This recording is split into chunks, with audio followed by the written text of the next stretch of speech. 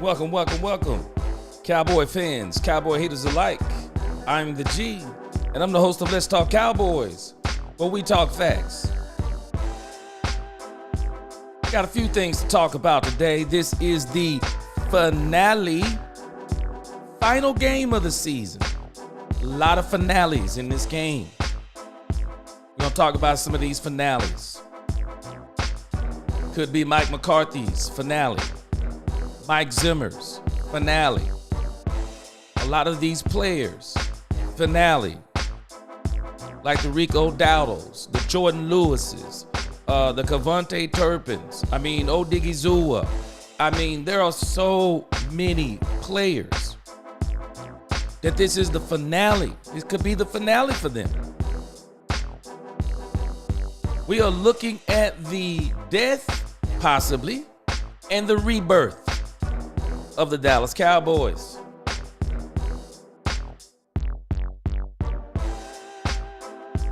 Cowboys, we may be looking at Trey Lance play on Sunday. I think there's a good indicator that we are going to be seeing Trey Lance playing. I think this coaching thing is going to heat up, regardless of what Jerry Jones and Stephen Jones are both saying about they're going to take their time. And so we'll talk a little bit about that. Washington Commanders, definitely, y'all. They definitely have something to play for.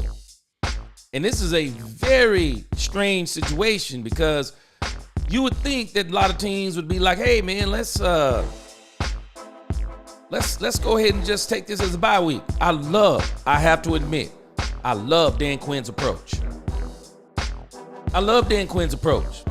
Dan Quinn is being very strategic.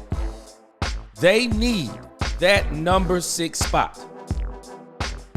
I just think it's genius. Why in the world would you want to play the number 1 seed? Or why would you want to play not the number 1 seed. Why would you want to play the number 2 seed? They beat Philly, but Dan is not done. They caught a genie in a bottle. And so Dan wants to beat the Cowboys because he needs to beat the Cowboys. And to me, that's the best incentive you can have. And I'm telling y'all, some of y'all keep talking, George is Some of y'all keep saying that I'm an undercover Eagles fan. Nope. I just keep telling you that when you're watching people do things well, you need to pay attention, especially your enemies. And again, 105.3 The Fan, different interviewers today, and they're asking Jerry Jones, does he look around the league at teams and envy them? Why do you think they're asking Jerry that?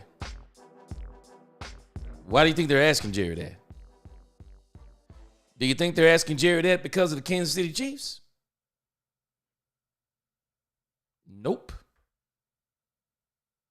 It's not why they're asking him that. Because they're looking within the division. And they're looking, I know some of us hate the Eagles. No, they're looking at what the Eagles are doing. And this is why even they keep asking Jerry Jones about what's going on around him. And when you think about what's going on around you, well, it's not the Kansas City Chiefs per se, because the Kansas City Chiefs are not in your division. They're talking about in the division. They're talking about the Skins. They're talking about, not the Skins. They're talking about the Eagles and the Commanders. They're building a team. And they're asking Jerry, are you going to build a team? What's going on again, everybody? Janie Scott, welcome. Appreciate you. First one in. Kevin Howard, what's going on? LaQueen, what's going on? Jared, how's it going? Lord 85. Lord Nova 85, what's going on? Nisi, what's going on? Jared again, what's going on? And then everybody else as they come in. Jameson Taylor, what's going on? You're going to get in here before you get you some rest. Appreciate you, man, joining us with everything you have going on. You are definitely in our prayers. And so this Cowboys thing, man, for me, this is exciting to me. I mean, I really want to see how the Cowboys finish this thing. I want to see how they finish. I want to see how they look at the end. I want to see what this last game looks like. I want to see what Micah Parsons looks like in this game. I want to see what he looks like. I want to see what Trey Lance, Rico Dowdle, I want to see what they look like in this game. I do. I want to see what some of these other players, Leah Fowles, all these guys, I want to see what they look like in this game. And so it is going to be, in my estimation, I think the first half of this game will probably be really good. I'm not sure about the rest of it, but I think the first half of this game is going to be really good. I do. I think it's going to be really good. And we'll see what happens with the rest. But I think it's going to be really good because this is the finale. It's not just the final game, but I think it is a good possibility that this will be the finale for a lot of these coaches, a lot of these players. Cowboys are about to go through a very, very big change. I think this is going to be one of the biggest changes that we've seen with the Cowboys. Man, I mean, you think about the Romo change. The Romo change to Dak Prescott. The Romo change to Dak Prescott wasn't really a humongous change per se. It wasn't a humongous change because the only piece that really changed out was Dak Prescott and Zeke, but we had already let DeMarco Murray go, so you didn't see a huge turnover. Jason Garrett was still the coach. Mike McCarthy takes over. And you still don't have just the huge change like you're about to have now. I mean, because everything we're looking at right now, I mean, the Cowboys are about to turn over an entire coaching staff. I mean, we're talking head coach, OC, DC, more than likely, special teams coach, for sure. I mean, you're talking about turning over a whole staff, an entire staff almost. And there is no way the Cowboys are going to sign all the players they have for free, all of the players that need contracts. There's no way they're signing all of them. I just don't believe they're going to sign all of them. I think there are some that they are going to make a priority to sign, and then I think there's some they're not going to sign. Real Fan One, what's going on? Kevin, again. Roderick, what's going on? Again. Roderick, what's going on, my brother? How's things going in Florida? And so, again, I mean, we are literally watching the finale, and this is one of the biggest turnovers. This is one of the biggest turnovers I can remember with the Cowboys. I mean, this is a huge turnover. I'm thinking maybe back to Parcells. I mean, this is going to be one of the biggest turnovers that we've seen in a long time. And I'm very interested to see what the Cowboys look like, man? And I mean, I think we're going to start knowing what the Cowboys are going to look like. If I'm not mistaken, Mike McCarthy's last day is January 14th. January the 14th. And so we're going to find out real fast. I mean, immediately after the Washington game, by Tuesday, if I'm a guessing man, by Tuesday, you will start hearing the rumblings. And I think Mike McCarthy's agent is genius in what he's doing. Excuse me. Mike McCarthy's agent is genius in what he's doing. Mike McCarthy's agent is trying to put it out there that Mike got options, which he may do. He may have options. And I've said before, I mean, what if Mike turned the job down? It sounds like Mike wants to be here. But what if Mike turns down the Cowboys? I mean, Mike McCarthy could turn the Cowboys down. I mean, everybody keep talking about the Cowboys going to let Mike go. Man, Mike might let the Cowboys go. And I heard someone saying today, and I just don't agree with people on this. I don't agree. I'm telling you, I'm just, no disrespect to guys in this community who do this and girls who do this. I just don't buy into narratives. I just got to see things for what they are. I got to look at the facts and then draw the conclusions. Some are saying that the Cowboys' job is a premier job, that the Dallas Cowboys' job is the creme de la creme. What? How is the Cowboys? Now, we got to understand what someone must be saying when they're saying that. Because if we're saying, if you want to be like Trey Songz and the neighbors know your name, if you're saying, if you want to get known all over the world, everybody know your name, okay, Dallas Cowboys is a creme de la creme. It is. Because win or lose, everybody going to know your name. And if you lose, they really going to know your name. Because the media continuously talks about this team. Continuously talks about this team. So if we're talking about that part, well, then this is the destination. Michael Parsons said that everybody wants to play for the Cowboys. Really? Okay, so let's look at the premise. If the premise is based upon everybody wants to play for the Cowboys because they want to come here and get known, okay, I'll agree with you. I will agree with you if you're saying it's about that, if you want to get known. But if you're telling me that we are the creme de la creme as it applies to coaching, as in this is the best place to coach because you're going to be able to come in and you're going to be able to coach the way you want to, change the culture, have some say so, win championships, you're delusional. You're delusional. Because that ain't us.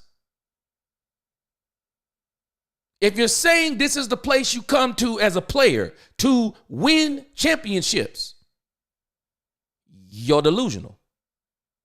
That ain't us. That is not us.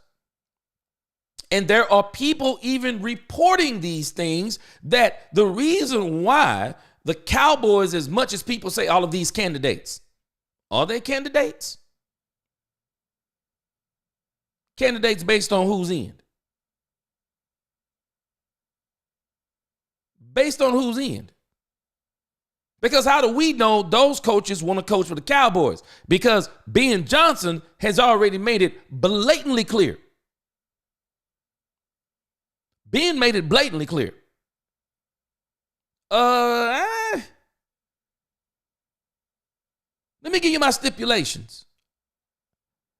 He was talking directly to the Cowboys.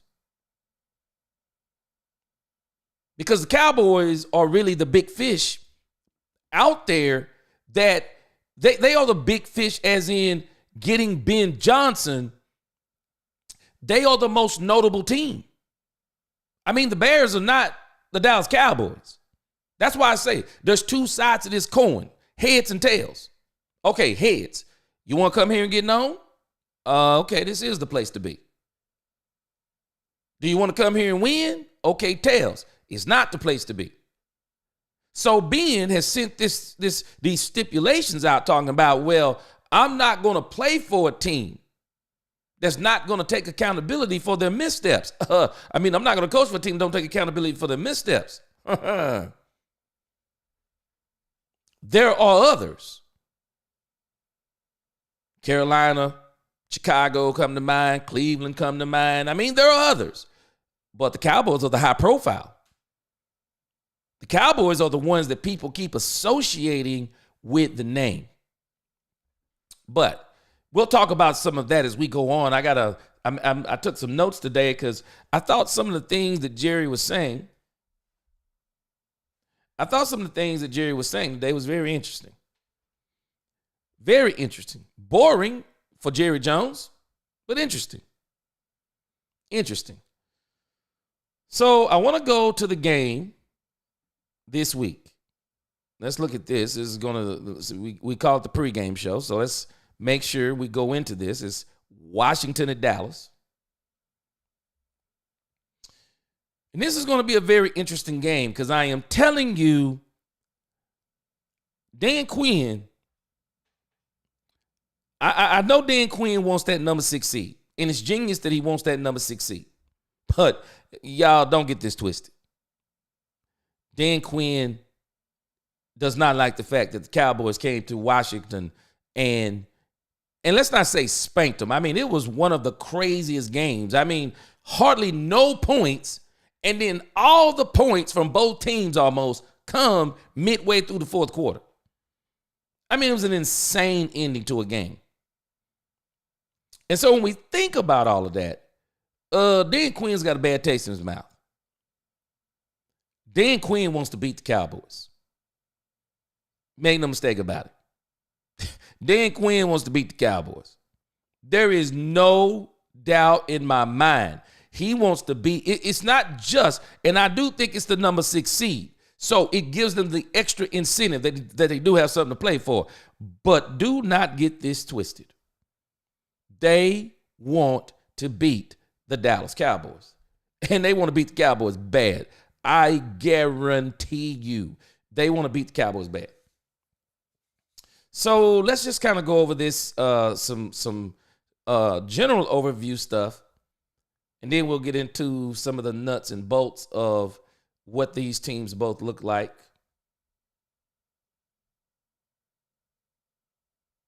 When you go here and, when you go here and start looking at the offenses and the defenses, the Cowboys defense is number 19. They have really made some strides. I mean, over the last few games, they have really made some strides because they were pretty bad all the way around. But they've improved somewhat, as in it's as overall passing efficiency. The Commanders are 7. The defense is ranked number 19. I'm assuming against that. Overall rushing efficiency, the Commanders are number 3. The Cowboys are number 32. So what they're doing here is they're basically looking at who kind of has the advantage. And so they're giving the advantage to the Commanders as it applies to passing efficiency and rushing efficiency. But as it applies to pressure rate, and I'm telling you, they're giving this to the Cowboys. I do not like this stat. I am not a fan of the pressure rate. I mean, I appreciate Pro Football Focus. I think they give us some more in-depth looks at some of these games. But I just don't like some of the analytics they're using. People now use those as excuses. Oh yeah, Michael Parsons, his pressure rate is high, but his sack rate against good teams. So we'll use pressure rate over sacks. When at the end of the day, what counts are the sacks. I mean, the pressure rate is good, but the problem is, again, y'all remember what I told you about Joe Burrow? Pressure works on Cooper Rush. Pressure don't work on the good quarterbacks. Don't work on the Joe Burrows. Don't work on the Dak Prescotts. Don't work on the Patrick Mahomes. Don't work on the Matthew Staffords of the world. They eat that pressure up. I mean, they're going to eat it up because that means if you're pressuring me, especially if you're not rushing 4 only. Now, if you're getting pressure with 4, it's going to be a long day at the office for that quarterback. But if you're having to commit 5, 6 to get pressure, like the Cowboys have to do sometimes, a quarterback, man, Jaden Daniels is a rookie. He'll eat that pressure. Now, he's not going to eat it in the way you're going to see one of these veterans do it, but he'll eat it because Jaden Daniels is very proficient at running the football. Man, Jaden Daniels can run the football, man. Jaden Daniels is killing some of these teams on the ground. On the ground is where Jaden Daniels is killing some teams. We're going to look back. I think we'll look back at Jaden Daniels' last game. I'm telling you, Jaden Daniels is killing some of these teams on the ground. And again, when you look at the offensive comparison and the defensive stat comparison, so Washington yards per play, man, I'm telling y'all, I know we like to hate these teams like the Eagles and the Commanders, and I don't have no problem with you hating them. But what I do say is don't let the hatred take away from your education of the game. Some people let the hatred of players, the hatred of teams, take away from the true, whether a team is doing good or bad. They let those things blind, they get blinded by hatred, and they don't really want to see what a team is doing and how good of a job they're doing. Man, when you look at the Washington Commanders, Dan Quinn, I'm sorry. I'm going to be shocked if Dan Quinn is not the runaway coach of the year. If he's not the runaway coach of the year, no coach can say they've done what Dan Quinn did with the Washington Commanders. Brand new ownership. Brand new ownership. Just turned over from Dan Snyder. Team was terrible the year before Dan got there. Dan about to bring this team to possibly 12. He already got 11 wins. And Mike Fisher said something. He said, you can't look at TV. He said, you can't look at TV and know the culture of a team. I disagree. Now, Mike's been doing this longer than me. I got a lot of respect for Mike Fisher. I watch him from time to time. I don't watch him all the time. But I watch him from time to time, like some of the things he talks about, love some of the insight. I definitely read his Athlon Sports. I guess it's called Cowboys Country now. I read that a lot. He gives a lot of insight on things going on in the league. I disagree on that thing with culture, though. Culture is what you do. Period. End of story. No discussion. Culture is what you do. It is. Culture is what you do. Culture is your beliefs. Culture is your mentality. Culture is how you do things, how you think about things, how you speak. I mean, culture, man, is everything. Language. I mean, you think about culture. Me, you know, of course, being a black man, my upbringings is not where I am now. From the hood, man. From the hood, poor. From the hood. But when I was growing up in being poor was different. The culture was different. We didn't know we were poor. We lived different. We didn't mind sleeping 6, 7 people to a room. 2, 3 bunk bed sets. That's kind of was the culture. We were used to it. That's what we did. We didn't even trip on it. We didn't even complain. There was a certain way we did things, certain expectations, certain way how you worked when you were younger. Man, one of the things you wanted to do, get a job while you were going to school. It's just what we did. I mean, you think about even the way we talked in the hood, slang and things like that we use. The way we talk, the way we believe about things, the way we thought about things. What we do. You can see that in a person, culture, even the way you dress. There was a way you dressed in the hood. There's a way you dress. And we already knew there were certain folk, there were certain places you didn't go. There were certain folk you didn't. I mean, you get where you're going and get back home.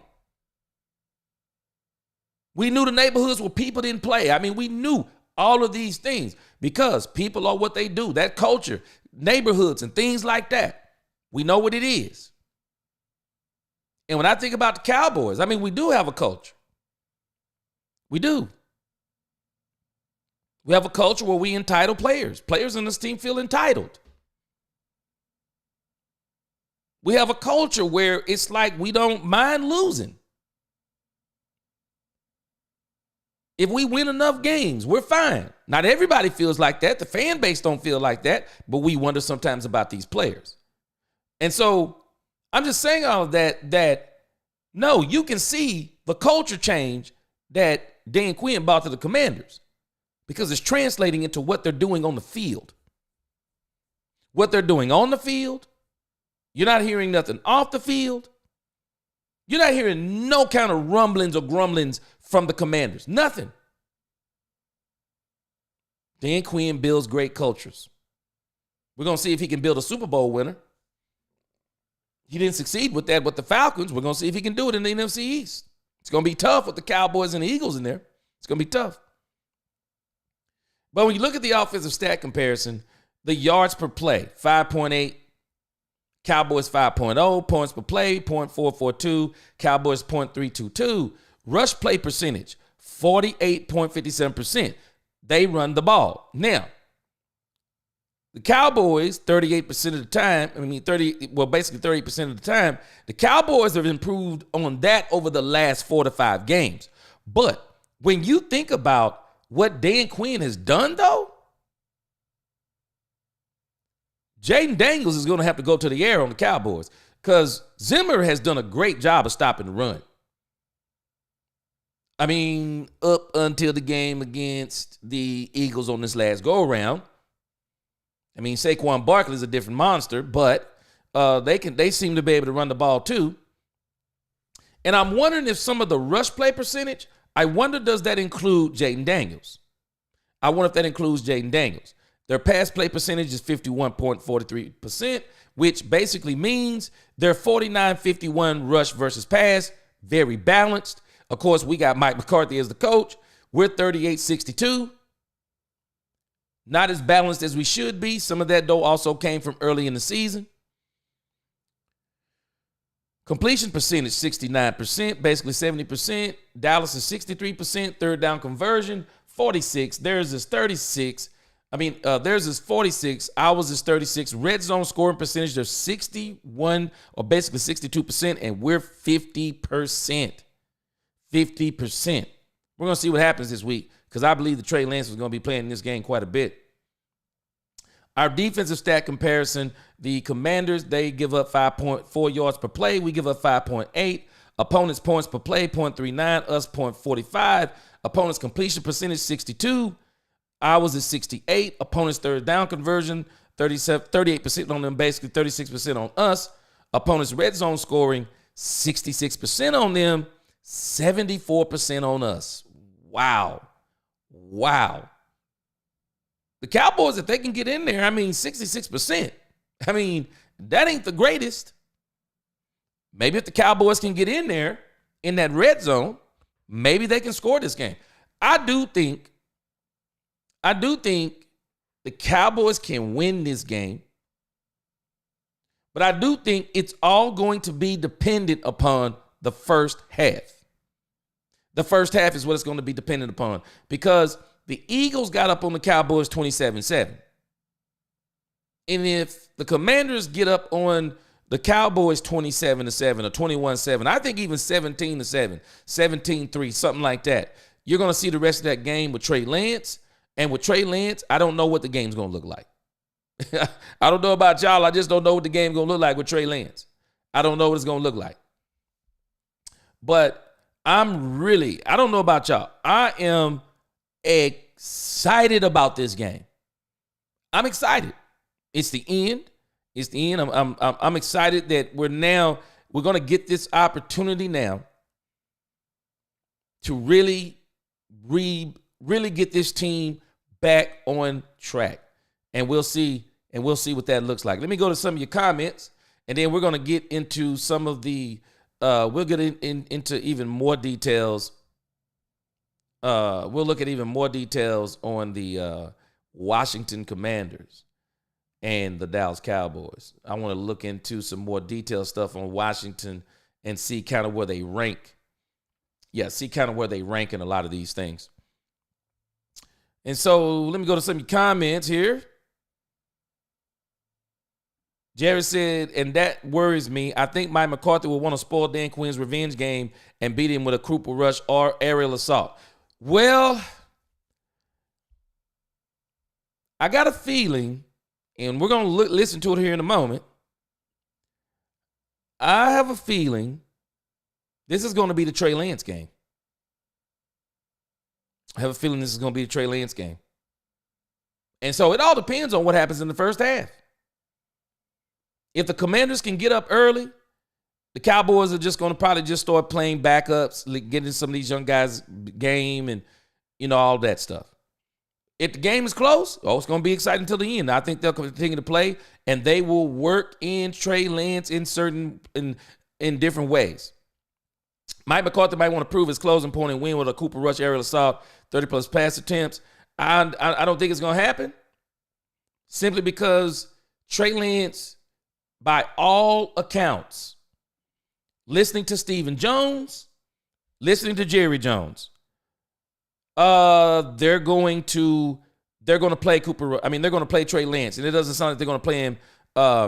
It doesn't sound like they're going to play him a little bit. They're going to play him a lot. Jared says some have argued the players played harder for Cooper Rush this year than Dak Prescott because they have more faith in Rush. Lies. Brian Broaddus dispelled this mythology the same way I did. It may seem like that's the case.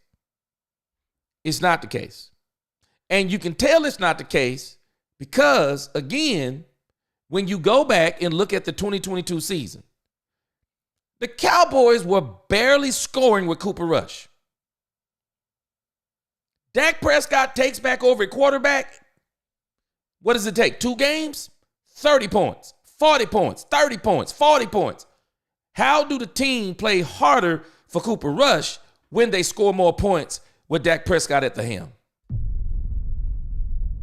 I told you, Jared, hatred blinds folk. Hatred will make folks see things that they're actually not seeing. The team don't play better with Cooper Rush. You know how we know? Because all the stats show it. All the stats show it. Because, watch this, Jared, because if the stats are not showing it, then we better give Dak Prescott more credit than we've been giving Dak Prescott. Y'all don't believe me? We better start giving Dak Prescott, for every person who let come out of their mouth, the Cowboys play harder for Cooper Rush. I'm going to show you where your entire argument crumbles. Your entire argument crumbles right before your eyes. This won't even take but a minute. I did this the other day. I want you to look at this. So now you really better start giving Dak Prescott some credit.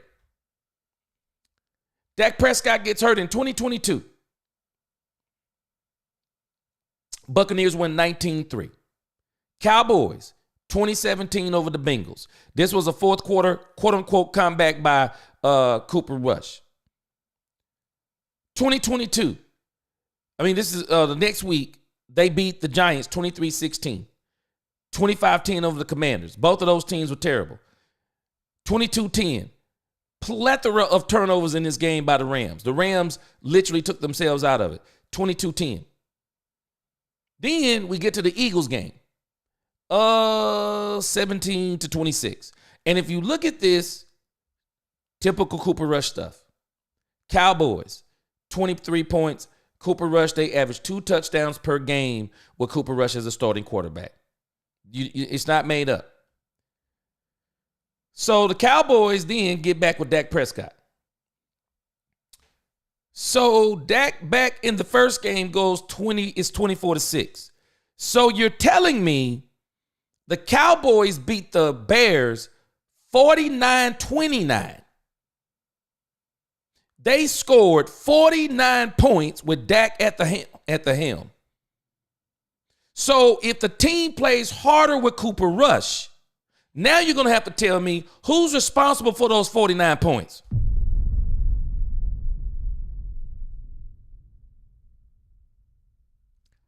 Because how does the team play harder with Cooper Rush and average less points? But they don't play as hard with Dak Prescott and they average more points? You see what hatred does? This is foolishness.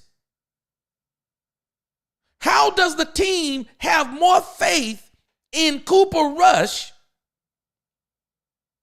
when they're scoring less points with Cooper Rush?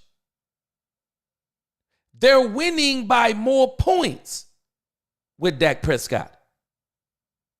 They're literally cruising. And Dak is covering up deficiencies. 49-29. 31-28. They get beat, but they scored 28 points. They scored 40 points against the Vikings. 28 against the Giants. 54 against the Colts. 27 against the Texans. 34 against the Jaguars. Anybody remember that game? Noah Brown and the infamous tip pass that turned into a pick six. Dak Prescott threw a perfect pass in the perfect place to Noah Brown where no one else could get it but him. He tipped it up. That should have been a win. Dak had quite a few tips that year. 40-34, anybody? How does the team play better with Cooper Rush? How? When they're scoring way more points. And with Cooper Rush, I got news for y'all. Let's finish this season. The Cowboys, 27-13, 26-6. And then it was the wild card game. Dak Prescott, signature game, 31-14. Let's go back. So, Eagles scored 34 points. How does Cooper Rush win that game? The most we've seen with Cooper Rush is 30. And it literally took 6 sacks and 4 turnovers to get 30 points. So, if they scored 34 and you haven't even gotten 30 with Cooper yet, so explain to me, how do you win this game against the Eagles? When we saw you couldn't win the first one against the Eagles in 2022 with Cooper Rush, how do you score? The Jaguars scored 30-something points. Cowboys scored 34 with Dak Prescott. There's no way Cooper Rush can win these types of games. These are the exact type of games that they are afraid of to get in with Cooper Rush. Why? Because they know they can't score points with Cooper Rush. And so, I mean, this is really simple. Excuse me. This is simple stuff. I mean, Dak Prescott, 40 points.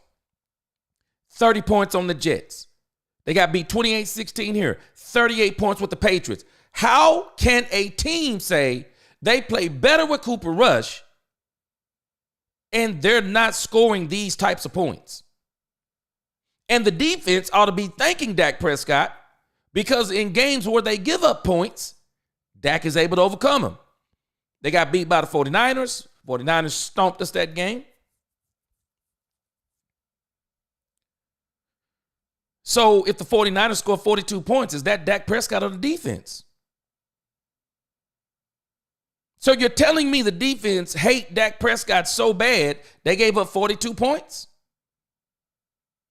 This is crazy talk when we think about it. It is literal crazy talk. I mean, Cowboys, 43, 28, 49, 33, 45, 41, 33.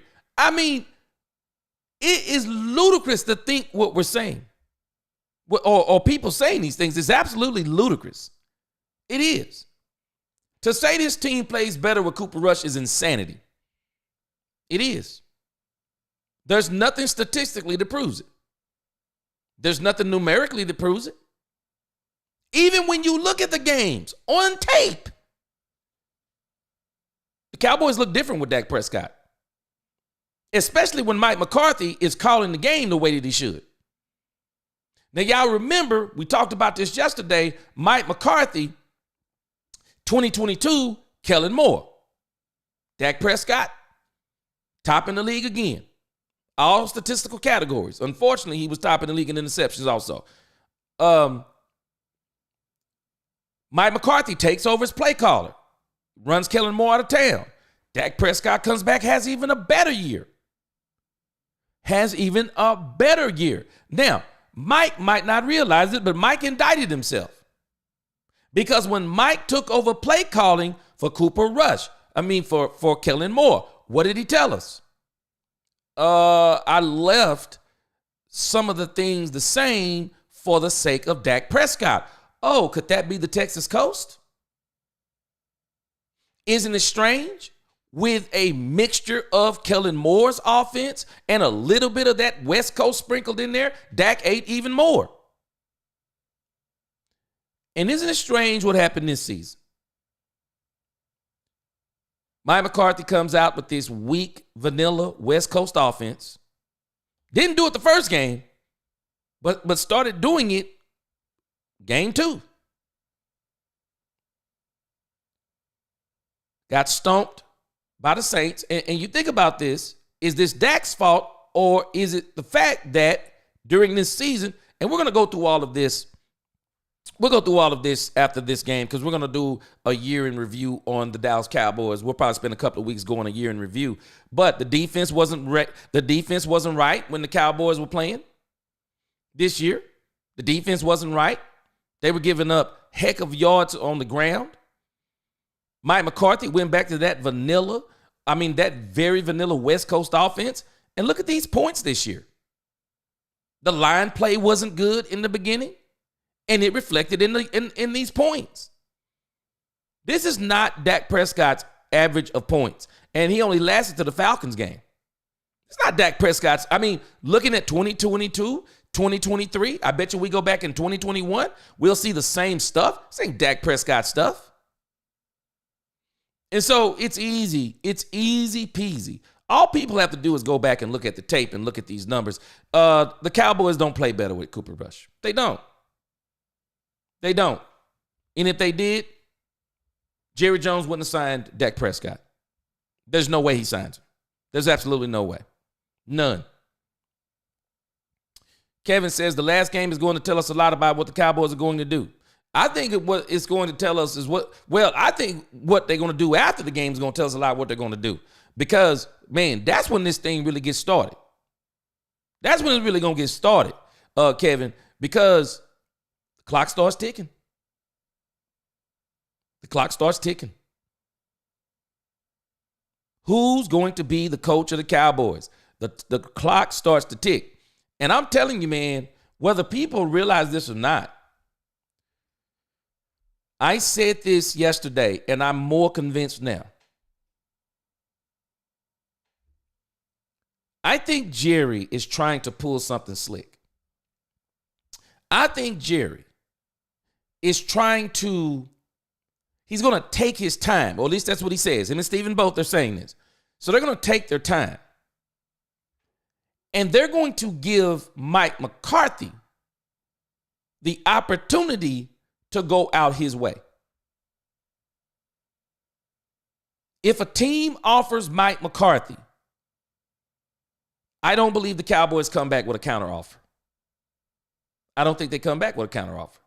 I could be totally wrong. I don't think they come back with a counteroffer.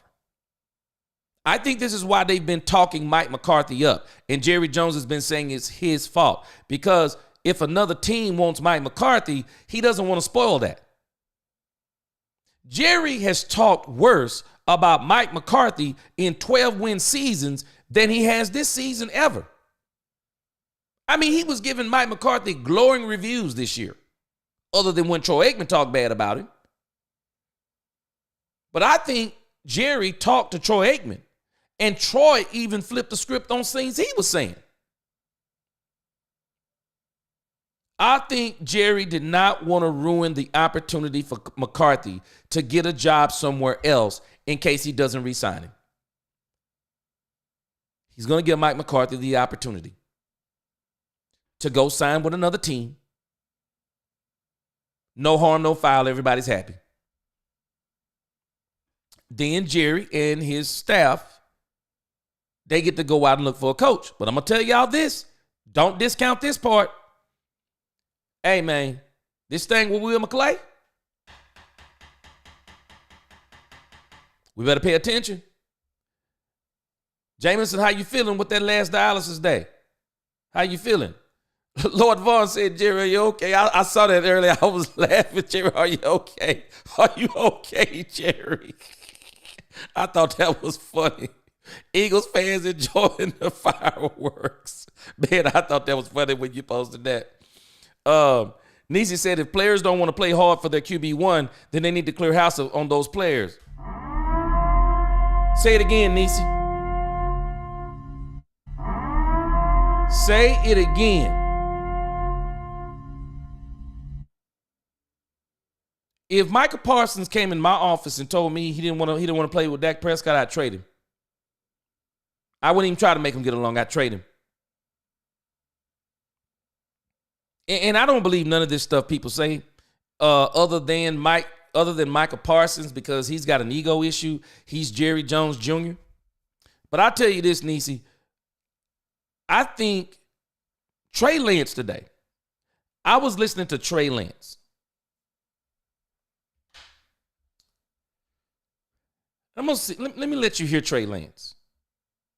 I don't believe nothing these people say about these players as it pertains to Dak Prescott. I don't believe it. I don't believe none of it. I believe these players, they absolutely have confidence in Dak Prescott. I believe they have confidence in Dak Prescott. And Trey Lance said something today that I thought was very powerful. They were asking Trey Lance about what has he learned from Dak Prescott. Let me see if I can pull it up real quick. I got the number here. Yeah, let me pull it up. I thought it was very telling what he said about Dak Prescott.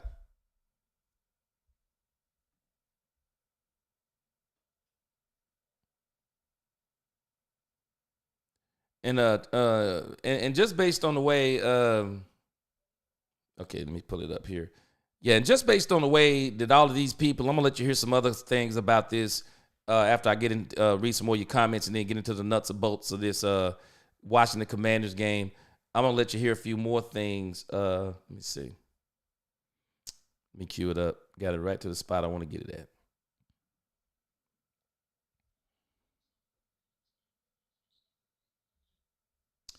And man, I'm gonna tell you something else. I absolutely love the way Trey Lance answered these questions in this press conference. Man, Trey Lance, I'm sorry, y'all. I don't know how anybody else feel about Trey Lance. I feel so sorry for Trey Lance. I just feel so sorry for him. Because he's such a gifted kid, talent-wise, size-wise, that his talent has gotten him to a certain level. All the way to the pros. His talent level got him there. His potential talent level, ceiling high, they feel on Trey Lance. He goes to the San Francisco 49ers. He gets inside of that cycle, winds up breaking a leg or an ankle. He got the Dak Prescott injury. Yeah, he got the Dak Prescott injury. And for all accounts and purposes, before he got that injury, they were saying he was doing pretty good. And I don't think he was doing bad as he was getting, as he was getting his legs up under him. Then he got his leg broke, of course, or his ankle broke. Now he's with the Dallas Cowboys, and the Joneses tried to bring him in as a bargaining chip against Dak Prescott. I just wonder how he felt about that. I mean, it's football. It's the business of football. But I just don't see how a person can feel good about that. And then, of course, he falls on his face. And now it's the last game of the season. And now he's going to get to play. And I know it's hard to feel sorry for a guy that made $5 million holding the clipboard. But I'm saying this from the perspective of, I just think he has enough talent. I don't think he should be in a situation like how Cooper Rush has been a career backup for 8 years. And Cooper Rush, if he leaves the Dallas Cowboys, he's going to go on to be a backup, I believe, because I think the Minnesota Vikings are going to let Sam Darnold walk out the door because they already got, what is his name, J.J. McCarthy? There is no way I'm letting go of McCarthy for Sam Darnold. There is no way. I'm not extending Sam Darnold no 4-year contract, not even a 3. I'm not even giving him a 2 guaranteed. I'm not paying him no 30. I'm not paying him no $60 million over 2 years. I'm not doing any of that stuff. Sam Darnold, what was your contract this year? We'll give you that same contract again with incentives. Other than that, kick rocks. McCarthy can win with this team too. And I believe he can because that's why they constructed it the way they did for McCarthy. I think Cooper Rush is going to go to Minnesota and be the backup quarterback and mentor to one McCarthy. That's probably the ideal place for Cooper Rush to be. But Trey Lance is too talented, man.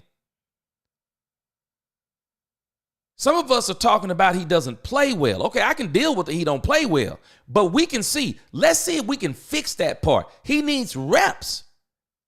No reps in college. No reps in the pros. I mean, somewhere he's going to have to get an extended play time. And I don't know if Wicked is on here tonight, but I'll tell you who I think the Pittsburgh Steelers should bring in for a shot. Ta-da! Trey Lance. I'd bring in Trey Lance. Why not see what he has? See if Justin Fields can beat him out. Bring in Trey Lance. That's what I would do. Bring in Trey Lance. And if you want to, draft your quarterback. Get you one in the 3rd. Get you one in the 2nd. Get you one in the 4th. Man, there are so many quarterbacks because they're not playing for big programs that just go under the radar. And people don't think nothing about it. They just go under the radar. Get your quarterback and develop him. But if I'm the Steelers, I might take a shot on Trey Lance.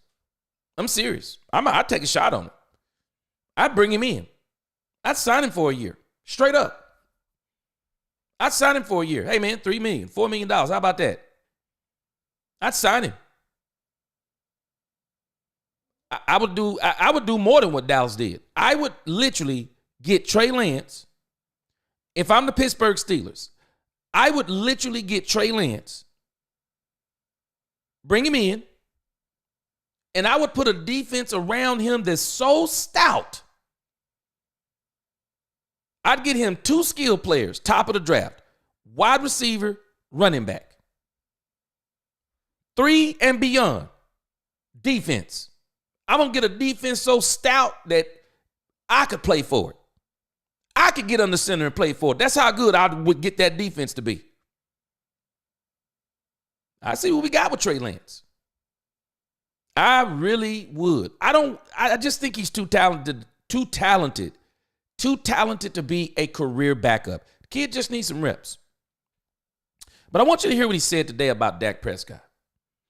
I thought it was so impressive because it really lets us into the kind of person, and I keep telling people, folk do not understand how great of a leader on, off, in the locker room Dak Prescott truly is.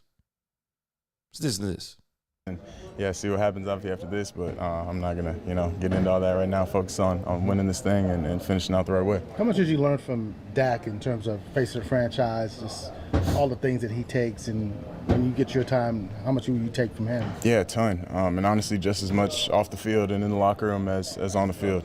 From everything he's done, in the off seasons, getting guys together, going out to Oregon, just spending time with guys, and obviously having got to spend time with him in the room and him in the locker room and outside of the facility. Just the type of person he is, type of dad he is. As someone that I definitely look up to and will for as long as I play ball. When you were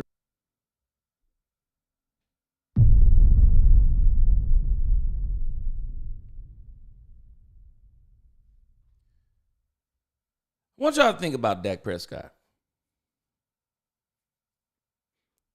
Two things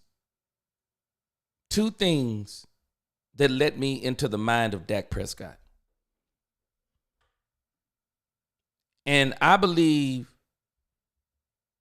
that Trey Lance is going to benefit from the time that he spent with Dak Prescott. There's nothing like having a player, a quarterback like Dak Prescott. Dak isn't like a lot of these quarterbacks.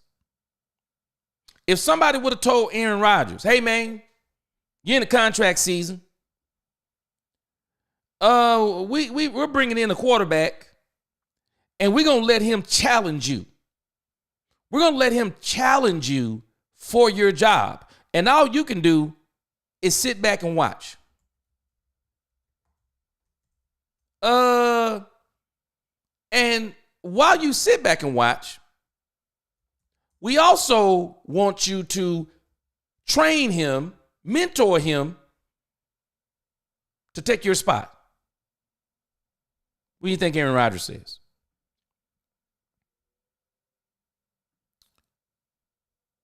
Rumor has it, Tom Brady went above Bill Belichick's head and got Robert Kraft to run Jimmy Garoppolo out of town because it was blatantly obvious. It was blatantly obvious. It was blatantly obvious that Bill Belichick was through with Tom Brady and was basically telling Tom Brady, I got your replacement. It's the one time, and everyone talked about it, it's the one time that Robert Kraft stepped into football business. It was the one time Robert Kraft stepped into football business and told Bill, you're not going to do it. You're not. You are not getting rid. You're not getting rid of Tom Brady. Ship Jimmy Garoppolo out of here. And that's why Bill Belichick wound up giving away Jimmy Garoppolo for a box of Cracker Jacks out of spite towards Robert Kraft. But Dak is different. Dak actually took Trey Lance when he took some of the team to Oregon. He took 17 teammates. I was trying to find the picture, but this was July the 30th. I don't know if y'all remember this story, but I remember it like yesterday. Those who work at the Nike campus had to be wondering what was going on a few weeks ago. On one of the fields at Beaverton, Oregon campus in mid-July, a group of 18 football players were running a real-life Dallas Cowboy practice led by one Dak Prescott. People probably had an idea who Dak was. Tight end Jake Ferguson said, but we've got helmets on half the time, so it's pretty hard to tell. For about 4 hours a day over a 3-day span, Prescott, his backups, wait a minute, his backups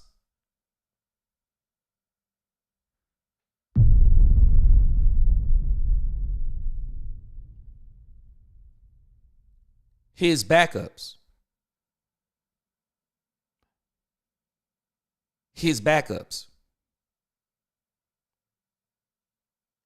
He took Cooper Rush and Trey Lance. This is Dak Prescott. In a contract year where they gave up the 4th round draft pick for Trey Lance, could have been a player for Dak Prescott. Cooper Rush, who everyone is saying he's better than Dak Prescott.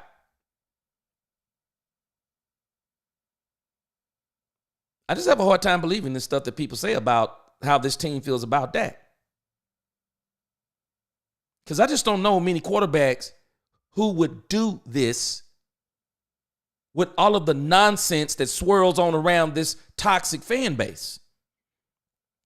And a number of running backs, tight ends and receivers, CeeDee Lamb was in a contract dispute, so he didn't go, ran through workouts that people are seeing now in Oxnard, California in training camp. Brandon Cooks was with him.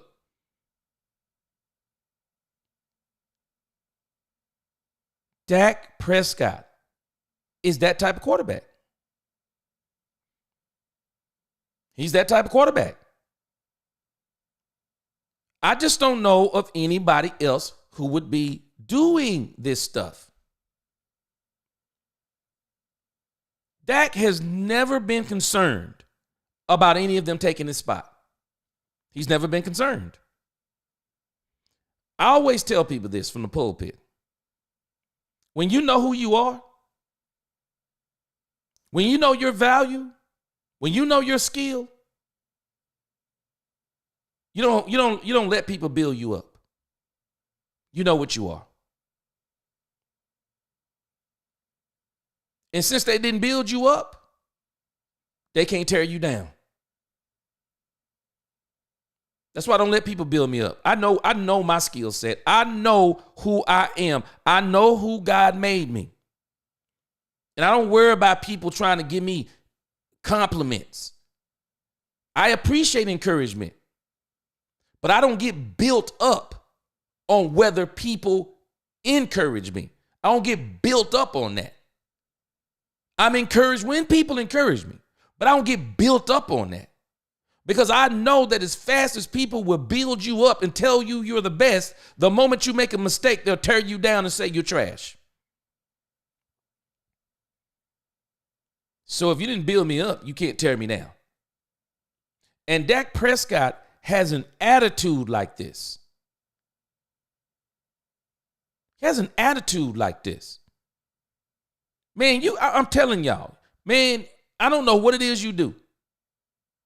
But you got to get up in the morning and you know who you are.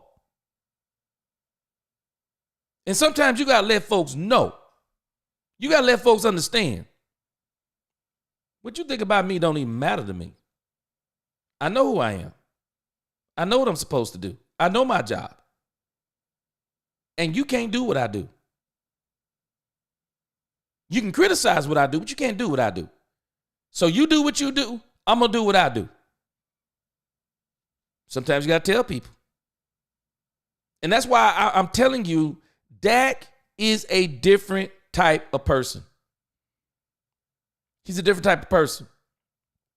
And you need a quarterback like that. You need a quarterback like that. You do. You don't need a cheerleader. You need a leader. Someone who's doing this stuff. Someone who didn't hold out for contracts. None of that stuff. Dak was willing to be cut. That's the part that people don't give this man credit for. He was willing to be cut. Hey, you want to cut me? Cut me. That's on you. Dak different. I'm telling y'all, man, Dak is different. And I absolutely love everything about the kind of man and the kind of player that Dak Prescott is. Lord Vaughn said Cooper Rush played well versus Redskins. They're making a mistake. No. I don't know if you watched that game, Lord Vaughn. That game was a snoozer. That game was a snoozer, man. And Cooper Rush got let off the hook in that game. Because when Kevontae Turpin turned that John Madden-like kickoff return, that broke the game wide open. Now, I'm always concerned because what we call Cooper Rush playing well is not what we call other quarterbacks playing well. I think they beat the Commanders, and I think Dan Quinn full well knows it. They beat the Commanders based off of some special teams play, and the defense played out of their minds that day. I mean, they kept that game very close so that they could be there to win it in the end. Jay Recruiter, what's going on? I'm with you. I'm just enough for Rush, man. Enough. It is time to see. I mean, just give the fans some excitement going out, man. Just give the fans some excitement going out. Nisi, Mike McCarthy should want to beat DQ. Well, you know what, Nisi? I think Mike McCarthy does want to beat DQ. But just listening to the tea leaves, I always remember when Mike starts saying we, and you'll hear Jerry and Steven use the same language, we. When he uses we, he's telling you that someone from upstairs has said something to him. And when he starts saying we, Jerry said something today that I thought was very important. I took notes on Jerry's press conference today. And Jerry said something today that I thought was very powerful. Jerry said, all the evaluation is over. Jerry said, this game has no bearing on the coach's status. Jerry said, I've seen enough. So while Jerry is saying, let's go out and beat these Commanders, he's also saying, but I also want to go out and beat these Commanders with Trey Lance. I want to beat him with Trey Lance. I want to see what Trey Lance can do.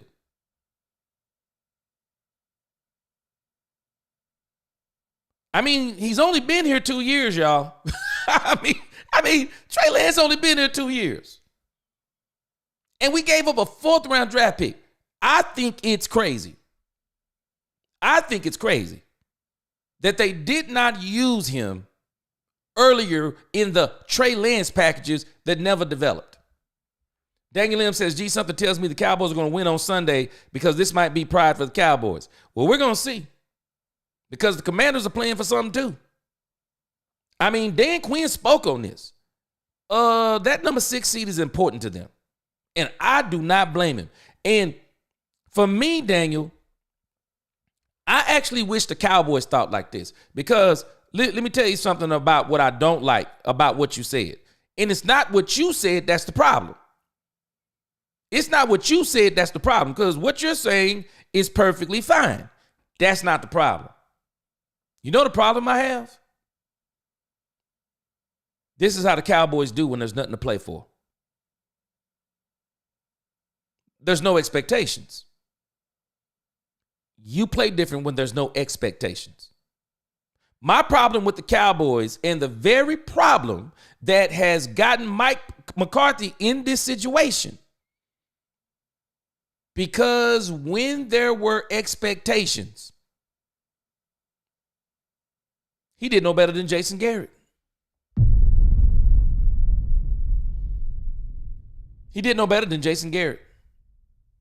Now, Mike Fisher did this today, but I did this before Mike Fisher. If you kind of look at Jason Garrett's tenure, and especially if you kind of look at the last three seasons of each of them,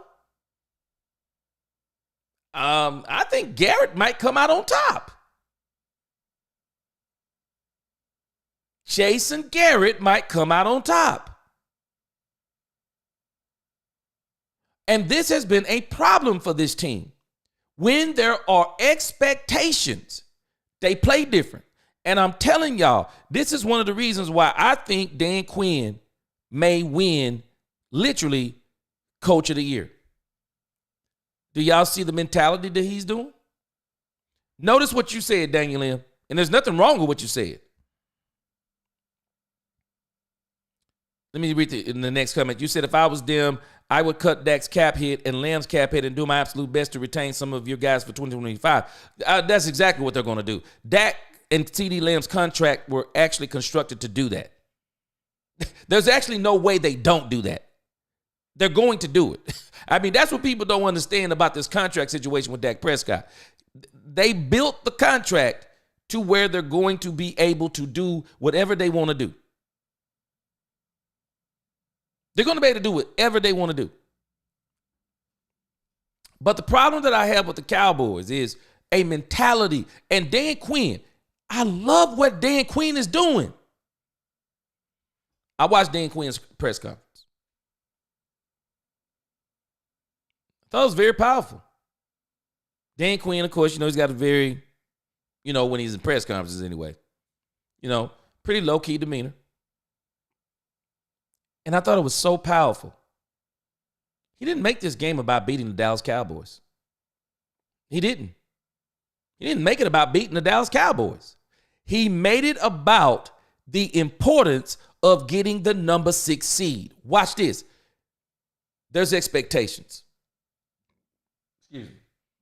Dan is building a mentality in his team of expectations. There's expectations. This isn't about the division. See, you take teams sometimes when it's a divisional game, and there's one team that's really good, and there's one team that's bad. Well, the one team that's bad is actually not playing for anything more than it's a divisional game. We want to win. The team is good. If their mentality is right, man, this ain't about being no doggone divisional game. We got bigger fish to fry. We need to beat this team because we're trying to get playoff position so we can go to the Super Bowl. But if we make this about, you just think about the mentality of this team. Oh, okay, I get you, Mike McCarthy. We want to finish strong. That's what losers say. Do y'all realize that's what losers say?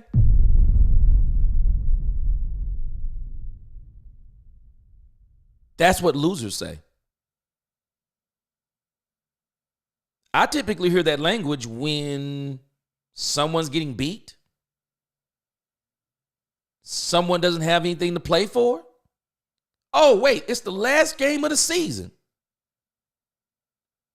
We want to build momentum going into next year. That's what losers say. Oh, there's no expectations. Hey, man, we're playing for pride, man. We playing for Mike McCarthy. This is the very reason why he got his butt on his way out the door. So you couldn't play for him in the 12-5 seasons. 12-4, 12-5. You couldn't play in those seasons. You were not heavily motivated in the playoffs in a losing season. Now you want to beat everybody in the end. Can't do it. I can't do it. I can't deal like that. I can't do it. I can't deal like that. I just can't. I can't be in a room with a bunch of people thinking like that. I can't. Because I'm literally, if I'm in the room sitting here, I'm thinking, where was this same energy? Where was this same energy last year in the Green Bay game? Where was this same energy against the 49ers? Where was this energy when we were playing for something? Now we in here loose, relaxed, dancing around, listening to music, totally focused. When there's no expectations, that's what losers do. Yeah, man, I'm going to leave it all out here on the field today. Yeah, because you ain't going nowhere after the game. That's why you're going to leave it all out on the field today. That's loser talk. Dan Quinn is trying to build a mentality in his team. We got more to play for, guys, than beating the Cowboys. We got more to play for than that. Let's beat them. Let's beat the Cowboys and move on to where we're supposed to be. That's what we need to be thinking. There's no expectations. This is why we got the cheerleader once again talking delusional talk. Michael Parsons. I mean, man, you take away them 5 scoring plays. I mean, this is what's wrong with this team. We got to be playing for more than being the spoiler. D. Kills, what's going on? Shout out to Let's Talk Cowboys. Salute from Dallas, bro. Always spitting the real. Appreciate the facts. Appreciate you too, man. Appreciate you. Nisi said 120% agree, but those like that has taken the owner's mentality and the toxicity will continue. Yup. Stay dropping gems. Appreciate you, D. Kizzle. I'm telling this man, I just don't buy into this mentality of this team. I'm praying for a change in this team. Because for us to be talking, I'm telling this man, I listen to some of our fan base sometimes and how they be talking. And I'm like, I mean, do you really hear yourself? I mean, do you really hear yourself? We talk like losers. We talk like losers. I mean, we talk like losers. If the Commanders go out and do what they're supposed to do, there's no way the Cowboys can win. There's just no way they can win. They can't. There's no way they can win if the Commanders are truly what we've seen them be since the Dallas lost. And Jaden Daniels was nursing some ribs then, but looking at Jaden Daniels and what he's been doing lately, I'm telling us, this is why they're asking Jerry all these questions. This is why they're asking Jerry all these questions about these teams or teams that he may envy. Because what they're saying to Jerry is, Jerry, are you looking at what these teams are doing? Is there anybody that's doing something that you actually like? Because maybe you should start doing some things like them. That's all they're saying. That's all I'm saying. I don't watch the Eagles games unless they come on television. I mean, I don't go out and get the ticket so I can watch all of the games from all of the teams. No, I catch teams when they play in the local on the local television, and I just watch how they're playing. I go back and sometimes kind of look at their rosters, look at a few stats, listen to what's going on in the news. I'm DC4L. But I'm also not the type of person who just go along with folk just because I'm DC4L. We need to really, and Jerry's not listening. I wish he was. I wish he would listen to some of the fan base more, or at least take into consideration some of the content creators and how they're giving feedback from the fans and things of that nature. But this team, man, this is why this whole thing with Mike McCarthy is going on, because there needs to be an overhaul on this team. It does. Jay Recruiter, I said the same thing. This is why they want to win. They don't want to see Philly again, and it's genius. Why would you want to go against the number 2 seed? I mean, you think about it. That 5 seed, 6 seed, man, that's almost catbird seat. Man, you in the catbird seat. Because the number 7 seed, they're literally supposed to be eliminated by the number 2. That's why they let them play the number 2. The Cowboys should have eliminated Green Bay based on record. Problem was, it was a bad matchup for them. They couldn't stop the run and they couldn't run the ball. And Green Bay could run the ball and stop the run. And Green Bay had good enough secondary to where they could just shut CeeDee Lamb totally down. And Dak Prescott, I hope this is one thing I hope Dak changes this year.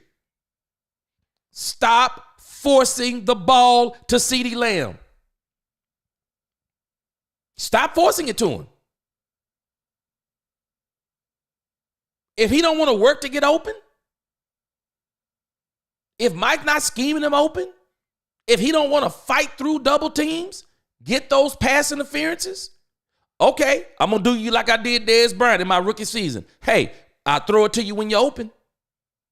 We got to stop these tight window throws with Dak Prescott. We have got to eliminate a lot of this stuff. And the way you eliminate that, go get another wide receiver in the draft. Go get you a super stud in the draft. Go get you a top flight wide receiver. Get that running back from North Carolina.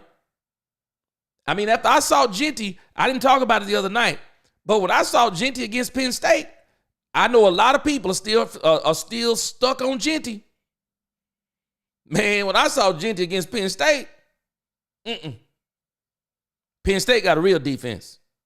I mean, and Boise State, everyone had already been talking about it. Boise had not been playing really good competition. They met their match with the Penn State. Penn State said, we're stopping Genty. And they stopped him. And you think about it in this league, man, we got grown men playing in this league. We got even better defensive coordinators. Genty, he's a load. I think he's 200 plus pounds. I just can't get with the smaller running backs. I just think the Cowboys, I just think they need to go in there and get them a show enough bigger home run hitter. Genty's a little smaller, but I'm not going to take anything away from Genty because, like I said, he'll load. What, he 5'9", 200 something? He'll load. Maybe behind an offensive line, Genty will be better. But what I saw from Genty, if I'm the Cowboys, I might actually trade back. I mean, if who I want isn't there, I mean, if there's not a bona fide superstar at 13, 14, or 15, I'm thinking they're probably going to get 13. If there's not a bona fide superstar there, man, I'll trade back. I'll look at how the draft, I'll keep my ears open with other teams, seeing kind of if they'll kind of tip their hand on who they're looking at. And if I can get the wide receiver that I want from, I think it's Auburn. If I can get the wide receiver from Auburn and move back and get him, hey, man, who on my first? Who got a need to where they want my first round? You can take it, but just give me your second. Get 2 2s. Get 2 3s in this thing. I think the Cowboys ought to trade back. And then trade some of those. They got 10 picks already. Trade. Don't go in and try to draft all those. You'll never keep those players. Trade those picks. Trade them to a team that need them. Get back in the top 4 again. Get that 4th rounder back. Maybe get 2 4th rounders some kind of way. Get back in those top rounds and you load this team. You got to get, this team has got a wide receiver problem. And then they can't fill it in free agency. I think Devontae Adams, because I'm sure he's going to be cut by the Jets. He may not, but he's wanting an extension. I don't think the Jets are going to give it to him. But I think he would be too expensive for a team like the Cowboys, especially if you're trying to get younger and you're building for, I'm telling y'all, 2026 will be the chip year. Get that wide receiver now. Get him now. And get him in the draft. Get you a 6'5". Don't get no more of these small guys. No more 5'9" wide receivers. No more of that nonsense. Brandon Cooks does not fit what Dak Prescott does. He doesn't even fit the offense that McCarthy runs. Brandon Cooks is a 6'5" wide receiver in a 5'9" body. I did not realize that Brandon Cooks, for most of his career, has been a deep threat. When you go back and look at how many 1,000-yard seasons he has and all these touchdowns he has, this dude is a deep threat. But the offense we run, it just don't seem to work for him. And I know the Cowboys are not keeping him with that cap hit. Man, go in the draft and get you a show-enough receiver. Ryan says Commanders want revenge, and it would be interesting to see what Cooper Rush would do without Lamb against them. I'll tell you this, it's going to be real interesting because I don't think he's going to play the whole game. It sounds like there's some kind of bonus clause in this dude's contract to where if he plays so many more plays, he's going to get a bonus. And they were asking Jerry Jones today if Cooper Rush's bonus was going to play into how much he played. I got a feeling that, this is so petty. I was saying today when I was talking to myself, Jerry, come on, man, it's $500,000. Just give it to him. Just give him the doggone bonus, man, if you can. Just give it to him. Let this dude, Trey Lance, play the whole game, man. Just let him play the whole game. It doesn't even make sense. And if Trey Lance, let him play. And if Trey Lance is sucking it up that bad, you can always go back to Cooper Rush. You can always go back to him. Just go back to him. Hey, man, Cooper, hey, man, Trey was sucking it up out there. Hey, man, we're going to let you sit back down. Hey, man, appreciate what you did. Terrible third and fourth quarters. Sit down. JD said, I remember the hood. She said, I was a Tongan boy and played touch football. There were some boys that thought that they could get away with a. I was about to say, how you play touch football? She said, copy the field, not on my watch. I can box. I don't do that. Yeah, I was about to say, how you gonna do that? Commanders won't revenge for the last 35 years. Yeah. JD said, I saw an article saying saying that Cooper Rush and Trey Lance. Okay, you finish that thought for me. Commanders still can't stop the run along with the Rams or the weakest teams in the NFC playoffs. Yeah. And Ryan, I think what Dan is doing, though, is genius. Dan is building his team's mentality. He can get the players, but he's building the culture on this team. The culture, the expectations, the mentality. His job next year will be to stop the run. He's got to figure out a way to stop the run. He really does. Because if he doesn't figure out a way to stop the run, it's going to be the same thing like it was in Atlanta. Gabe said Mike McCarthy should approach this game like the third preseason game. Sit all the vets and OGs and let's see what your young talent, especially Jonathan Mingo and Trey Lance, have been doing this year. I would. And the reason why is simple. Jerry's already said it. There's nothing I'm looking for in this game. There's nothing I'm looking for in this game. Nothing. So what would be the point? What would really be the point? There's no point to be made. There's really no point to be made. The point is simple. The season is over. This is the finale. You go out here and you try to win, but I try to have fun. Try to have fun while you're winning because there are no expectations. So there's no point. This is your last game at home. You go out here, you try to win it. You give it your all. You give it your best. You let other players play, see what happens. Because I got a strange feeling. I think Dan Quinn's strategy is probably get up on top of the Cowboys so we can sit some of the starters. So it all depends on how the Cowboys play in the first half. It does. Kitty Boy, he said, I'm just ready for Black Monday in the draft. Hopefully Monday morning McCarthy is gone. January 14th. That's what I'm hearing. January 14th is the last official day. Ryan says, I honestly think the Packers cannot score the Eagles. They don't want Green Bay in that first round. We're going to see. Real fans said Cooper Rush is 9-5. Man, that's crazy. I don't even deal with that stuff. That's crazy talk. That the record with Cooper Rush is mythological. It's crazy. And there's a reason why, again, Even Shannon Sharp made the same point. You can give me every stat you want to with Cooper Rush, but that's why you watch tape.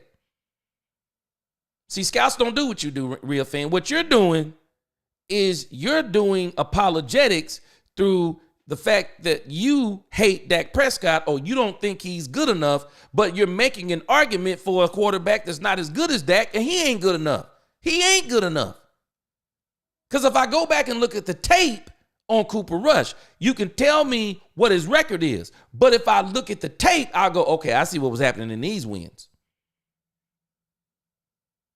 It wasn't him.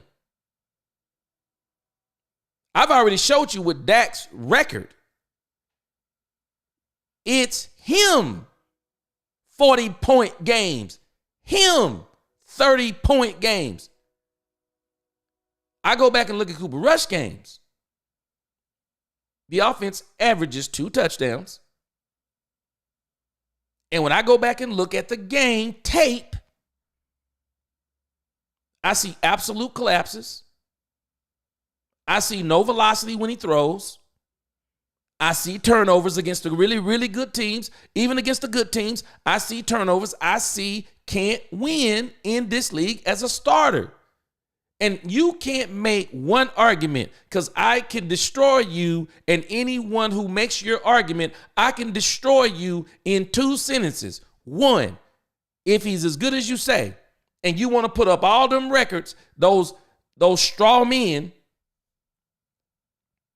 So now you got to tell me, why has he been a career backup? Why has he been a career backup? Because you're going to tell me that you are smarter than all the other 31 teams. You're smarter than them. You're smarter, real fan, than the New York Giants that cut him. You're smarter than them, right? You're not smarter than them. They know football better than you and I combined. They're watching all the film. They're not just looking at numbers. They're looking at the film. They're looking at how is he producing these numbers? And when we look at Cooper Rush, it's more everybody around him than him.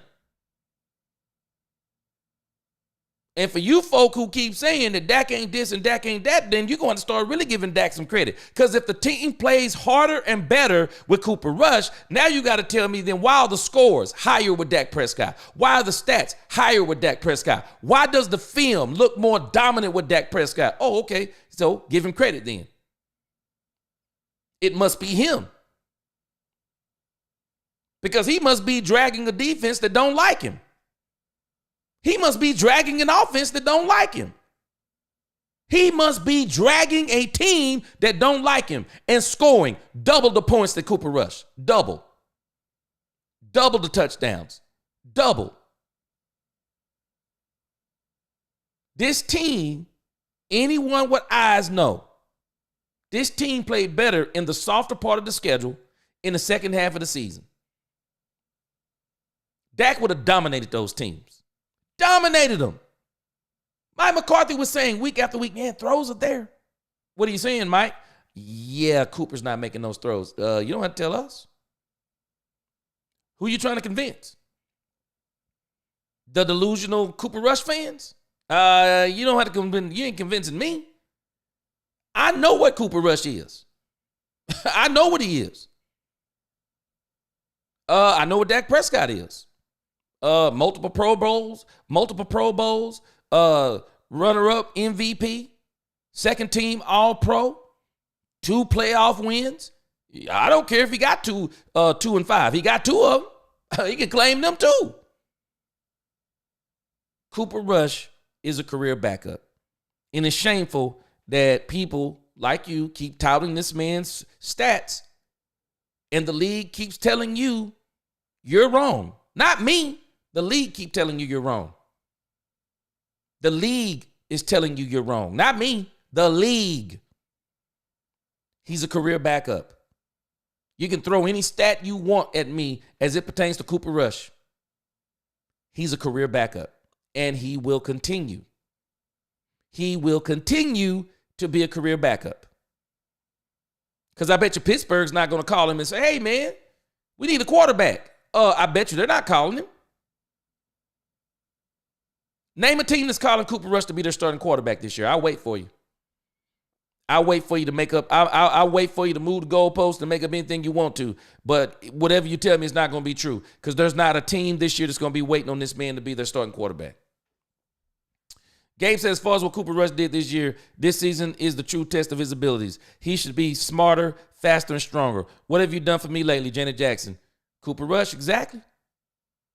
Everything he did showed he's a backup, because when Kenny Pickett, I'm sorry, if a team is looking for a quarterback, Kenny Pickett looked 10 times better than Cooper Rush.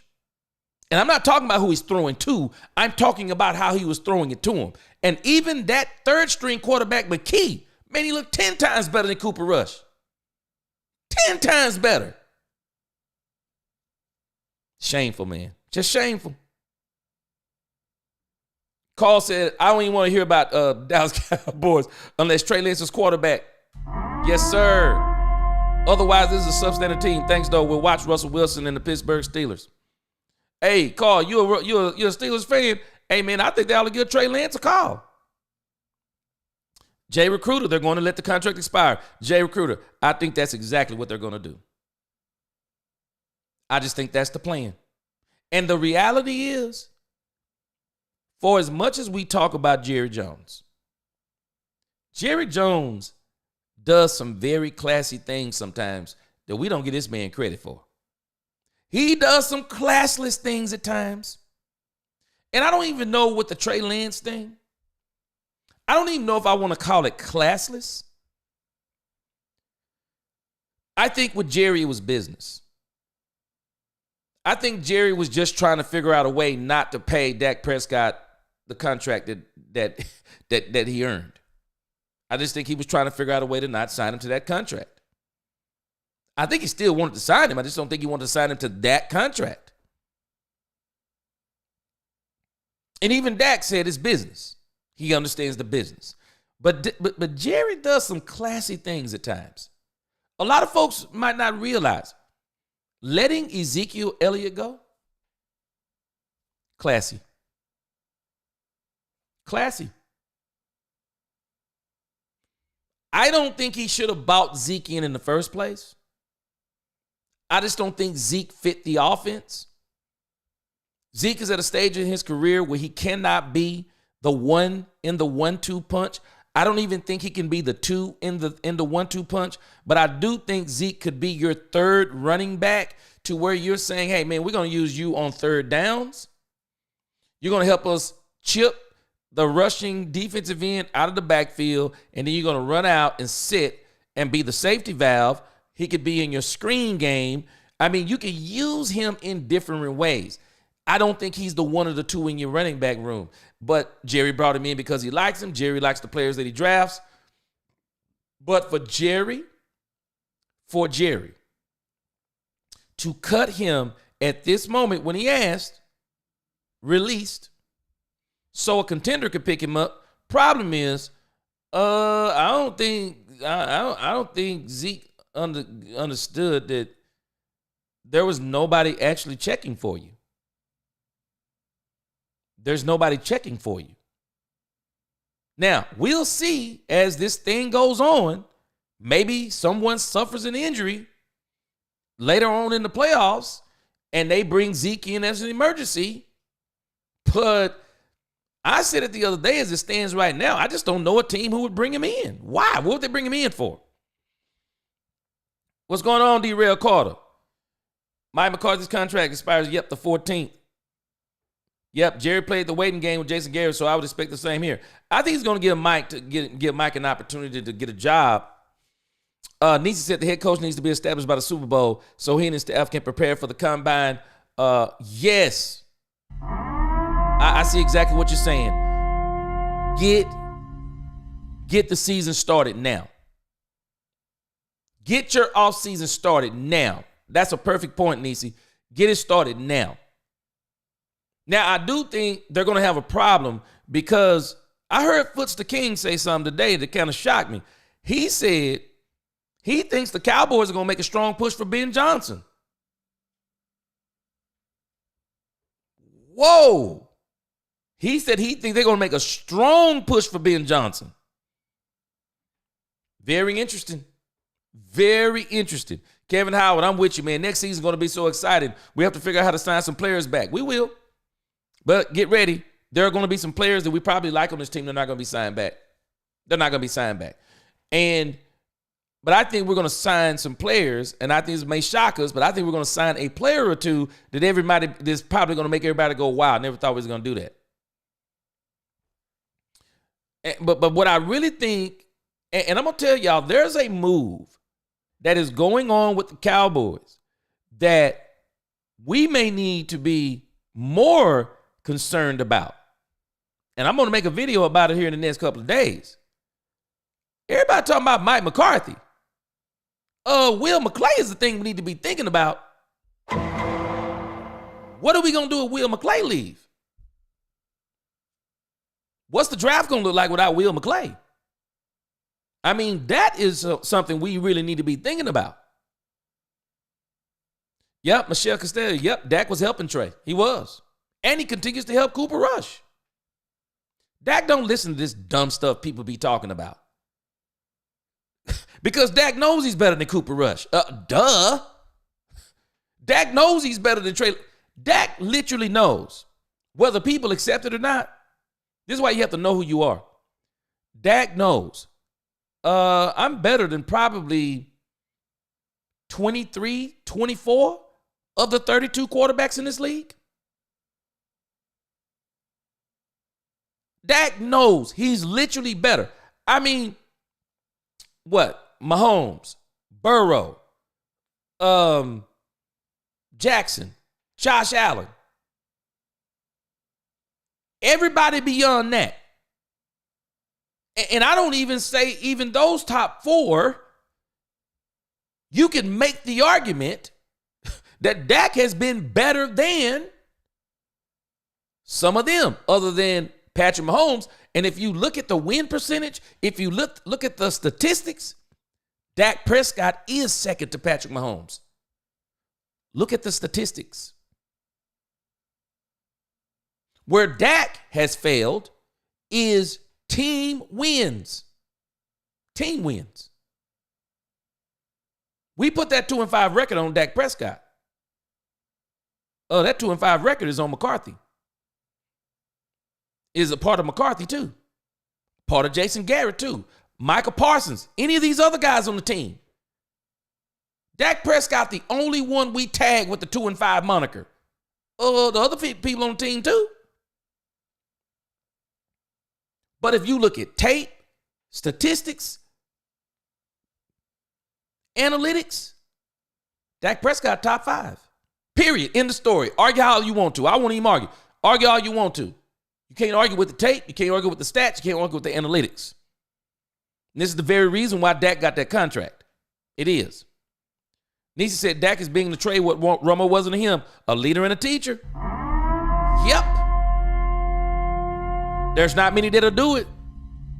There's just not many that'll do it. It's not. Jay Recruiter, Darnold must be pretty good. I would say Darnold is pretty good. I'm just not taking him over JJ McCarthy. I'm not doing it. I'm not taking him over JJ McCarthy. Nope. He can walk. He can walk for me. I'm keeping McCarthy. Because I see McCarthy's upside compared to Sam Darnold. I mean, literally what we're seeing right now, I mean, I could be wrong, but I think what we're seeing right now is the best Sam Darnold that we've seen and may see, which if it is the best, we'll take it. If he's our quarterback. But if I've already got J.J. McCarthy, nah, I'm going with J.J. McCarthy, man. Jared says people forget that Darnold would have been the number one pick if not for an elite pro day by Baker Mayfield. Yep, Darnold he's gifted. Big, strong, tough kid that has good arm talent. Yep, I agree with you. I'm just not taking him over J.J. McCarthy. I'm just not taking him over McCarthy. I'm keeping McCarthy. He can walk. That game was bad until the fourth quarter. Yeah, I'm going to let him walk. I'm going to let him walk because there's a reason why. JJ got an upside, man. He does. He's got an upside. Brandy, yeah, it look like he playing. I'm gonna let you hear what Jerry Jones said. Jerry Jones, man, let me tell you something. Jerry Jones, dude, Jerry Jones, them crazy to me. I'm going to read some more comments in a bit. Listen to Jerry Jones. So they're going to ask Jerry Jones about Trey Lance. I want you to hear his answer because I was just rolling when I was listening to this today. Let me see here. I'm just laughing at Jerry Jones. Let's see.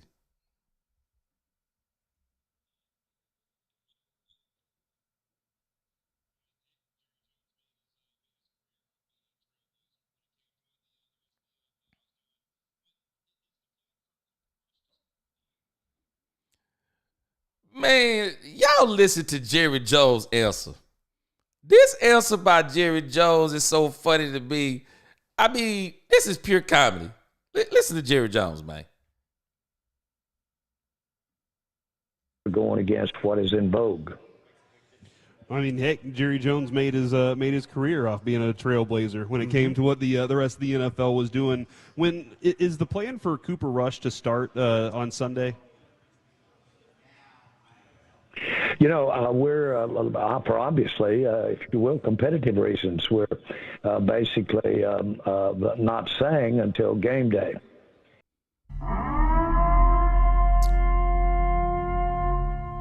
Okay. Y'all help me out. Maybe I'm dumb. So up until the Eagles game, every week, the moniker or the mantra was Cooper Rush gives us the best chance to win. Cooper Rush gives us the best chance to win. So you're telling me, Jerry, that this week you're not going to let Trey Lance play again, but you're saying for strategical reasons, you're not going to say.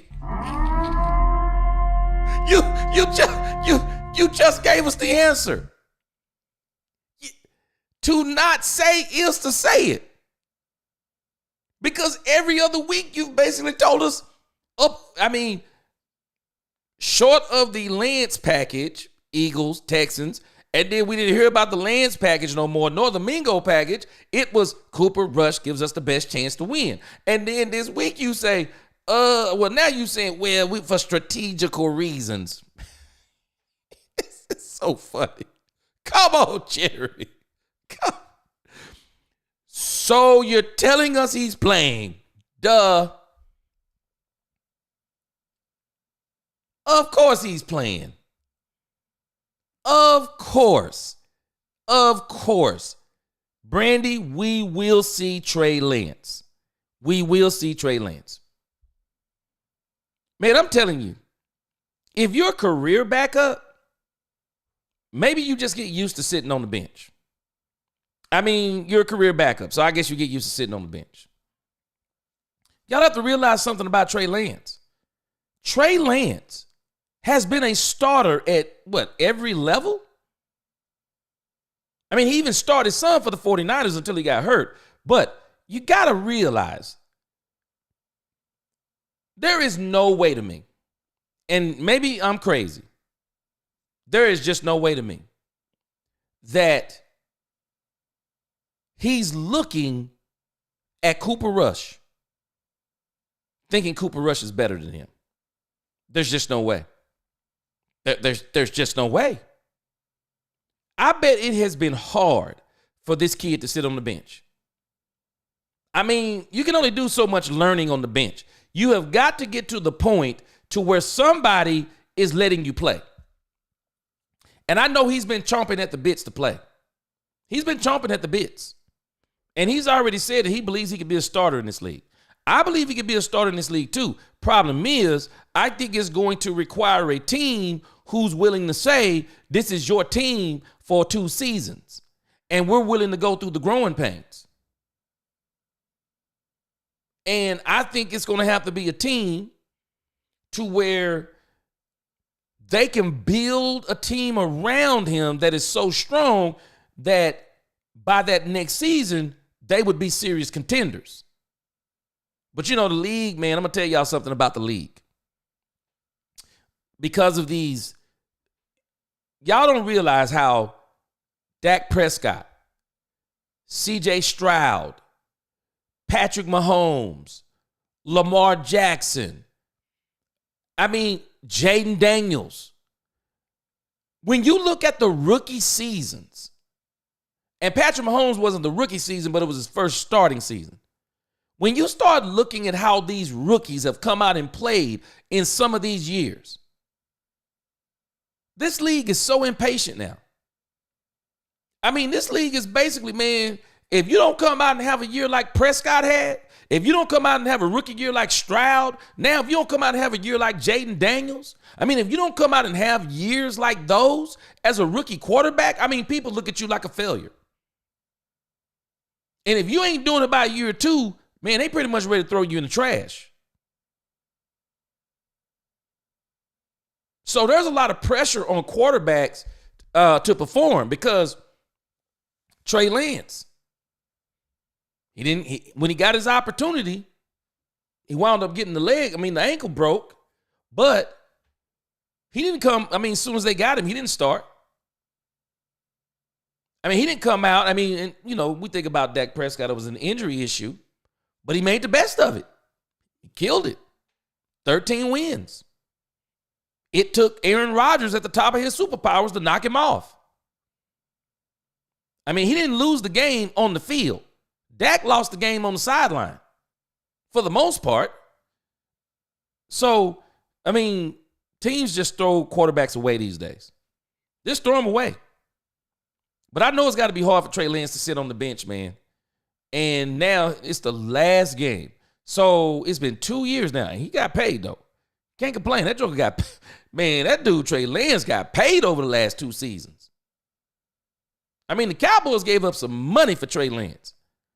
And so he's gotten paid over the last 2 seasons, but boy, I bet it's got to be hard for him to just continue to sit. And especially when you think you can be a starter. He actually said that in his press conference. Let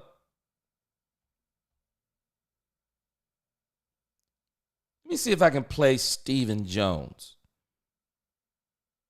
Stephen Jones was asked about Trey Lance also.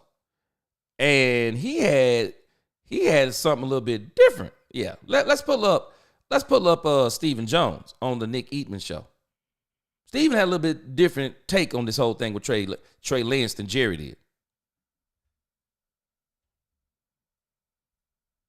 Play well against Washington. I know you don't want to tip your hat a little bit here, but there's a lot of talk. Can we stop this narrative? Can we stop this narrative of, I know you don't want to tip your hand? Can we stop acting like it's like game number 8? Like we in game 9 of the season and we're about to put in this top secret offense that's going to turn the whole season around, and like we finna go out here and catch the whole NFL off guard. Can we stop acting like this? Nick Eatman says, I know you don't want to tip your hand. It's the last game of the season, man. Stop. Man, I just can't, man. What are we talking about? It's the last game of the season. You're playing for nothing. I know you don't want to tip your hands. Stop it. Your hand's already tipped. It showed that, we kept getting better, as time went, and fully expect us to play well against Washington. I know you don't want to tip your hat a little bit here, but there's a lot of talk about Trey Lance, and you had him in here, and with 1 game to go, do you expect maybe to see some of him, or is that something that you will just wait and see how the week plays out? Well, I think we'll see how the week plays out, but yes, I think we're going to see more of him and could see quite a bit of him. So,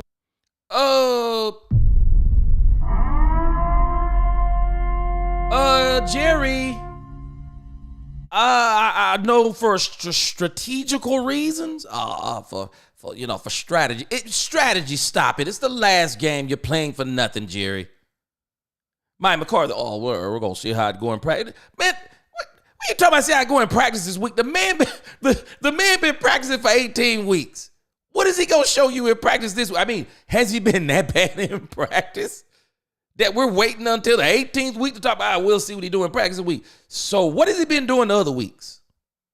Stop it. This is just conjecture. It's crazy. It's crazy talk, man. Thank you, Stephen Jones. Yeah, he gonna play. He's not gonna start.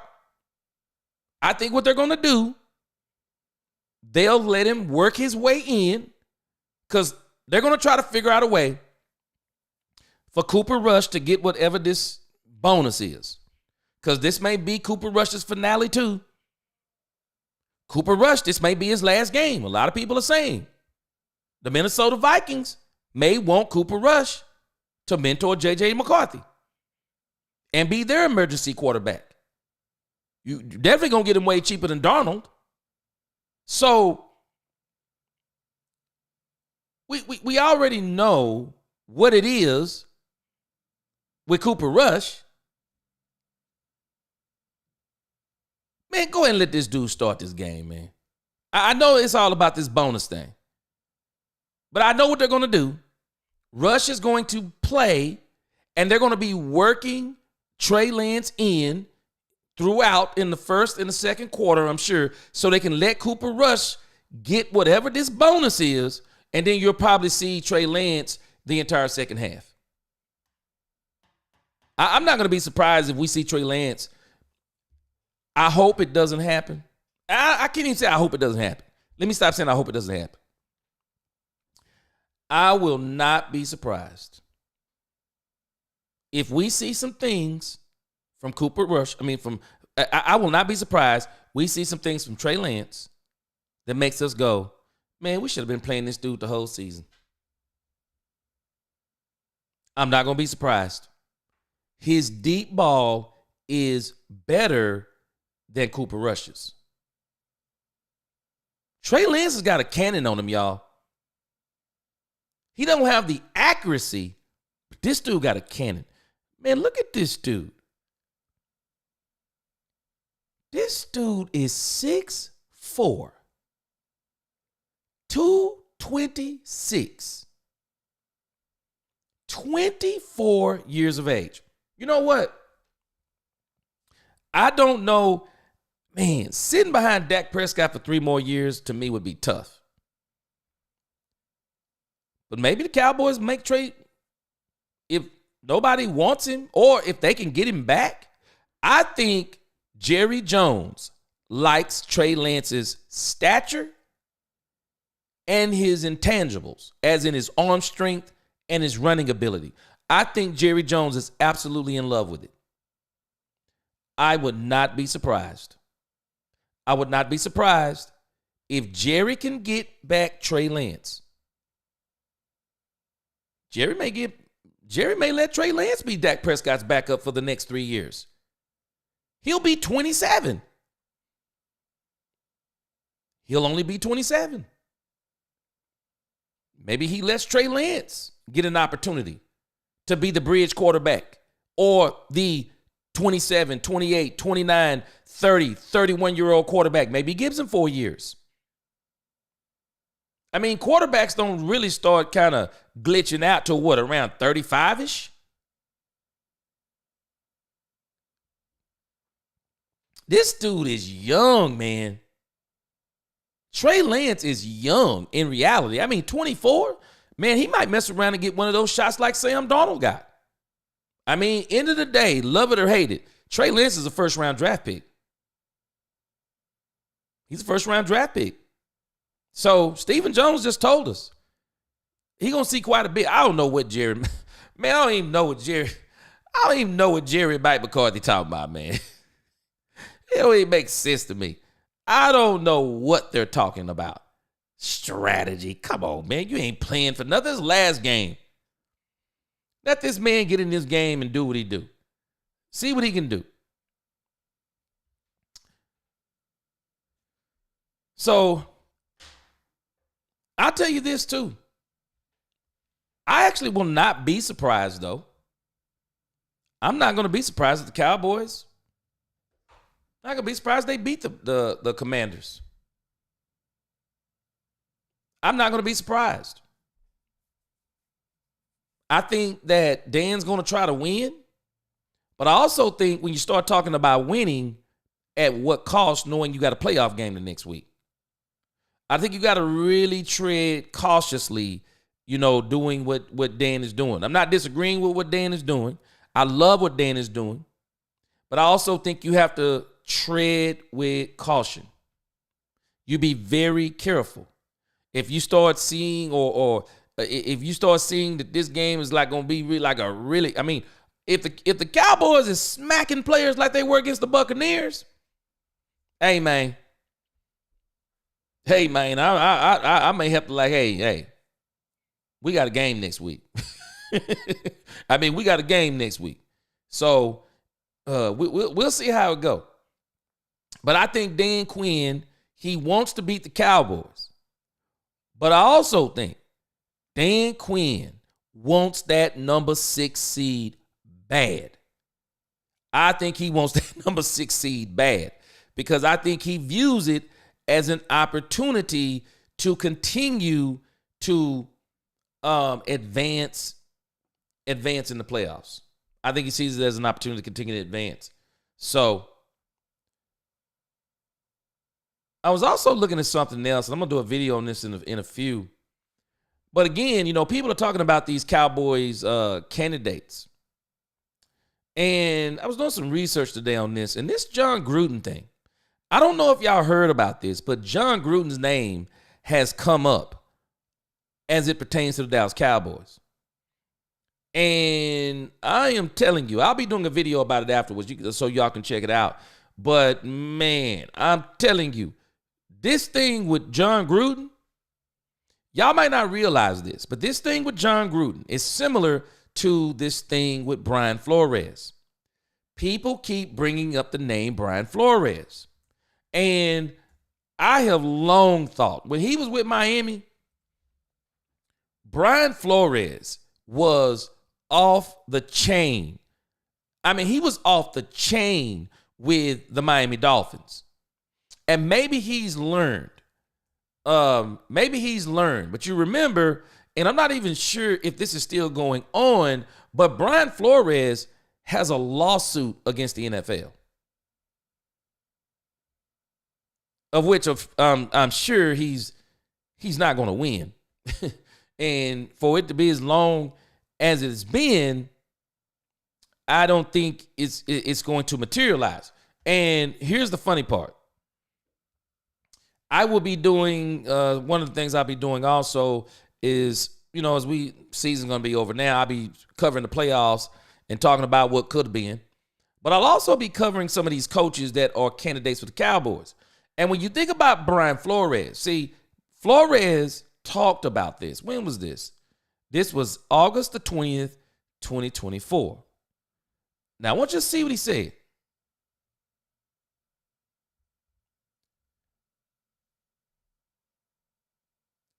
The headline says, former Miami Dolphins former Miami Dolphins coach Brian Flores admits the Tua Tagovailoa's comments affected him. What comments are those? Brian Flores, former head coach. Make sure y'all can read this on the screen. Brian Flores, former head coach of the Miami Dolphins, acknowledged on Tuesday that the criticism from quarterback Tua Tagovailoa, who called him a terrible person, had an impact on him, but said he is ready to learn and improve. It's not what he said only. Brian Flores was mentally abusing Tua Tagovailoa. And I mean in some terrible ways. In some terrible ways. He said, I'm human. And it affected me in a way that wasn't positive. But at the same time, I have to use it and say, how can I grow from this? How can I get better? Is that really who I am? Flores, now the defensive coordinator of the Minnesota Vikings, explained. So, Flores is having to prove it all over again. Because when Flores was with Miami, I was on the Brian Flores train. I was like, man, this dude is a great coach. People don't realize it. He turned the Dolphins around. He turned them around. But it was this issue with Tua Tagovailoa. Tagovailoa, the Dolphins starting quarterback, recently stated that during the 2 seasons he was coached by Flores, he felt undervalued and unappreciated. If a terrible person says things to you that you don't want to hear or probably shouldn't hear, that's the key. This wasn't just rough coach talk. It has been said, man, he was saying some very demeaning things to Tua Tagovailoa that you just shouldn't be saying. He says you start to believe that about yourself. Y'all remember what I told you a couple of days ago. I always tell people that Romans 10:17 from the Bible, faith comes by hearing and hearing by the word of God. That's a compound sentence. Faith comes by hearing. You have to be careful what you expose yourself to. What you expose yourself to hearing. What you allow people to say to you. What you allow yourself to be in the presence of people saying. You have to be careful listening to negativity, negative people, people downing you, people downing other people. You have to be very careful being around people like that for extended periods of time, because before you know it, stuff starts sinking in your conscience. And then you start saying stupid stuff to yourself in your head, like maybe I am bad. Maybe I don't deserve this. Maybe I'm not that good. I mean, you start saying crazy stuff. You have to be very careful. This is why, people be talking about, abuse when it comes to spouses and things like that. Man, let me tell you something. The person that said that sticks and stones may break my bones, but words will never hurt. I don't know who that person that made that up. I don't know who that person is, but they need to retract that statement. Man, you can break a bone. That thing will heal in 6 months and you back to, hey, man, everything good. No big deal. You back bigger, faster, and stronger. Man, people can say things to you if you're not careful, and especially when it's the wrong people who you trust, people who are in positions of power, certain people around you. Man, folks can mess around and say something to you. Man, people do not understand how many relationships have been destroyed by things that people have said to other people. People won't talk for decades. They'll fist fight and talk the next day. Let folks start talking bad about each other and start saying some just truly hurtful stuff. Man, you get folks, man, they'll go to the grave not talking to folks. Flores was saying some crazy stuff to Tua Tagovailoa, and he was. That's why he says, you don't want to hear. See, that's one thing. See, that's coach talk. Get over there. You're better than that. Throw the ball better. That's one thing. And then stuff you probably shouldn't hear. Then people start degrading you on personal levels. It's a whole different level, man. He said you start to believe that about yourself. He said that happened. That happened. Brian Flores. He know he said it. He know he said it. And what happened was when Brian Flores filed that lawsuit against the NFL. Have you noticed how that lawsuit is really quiet? I don't even know where it is at this point. You want to know why it really went quiet? Because teammates started spilling the beans on Brian Flores. Start spilling the beans on him.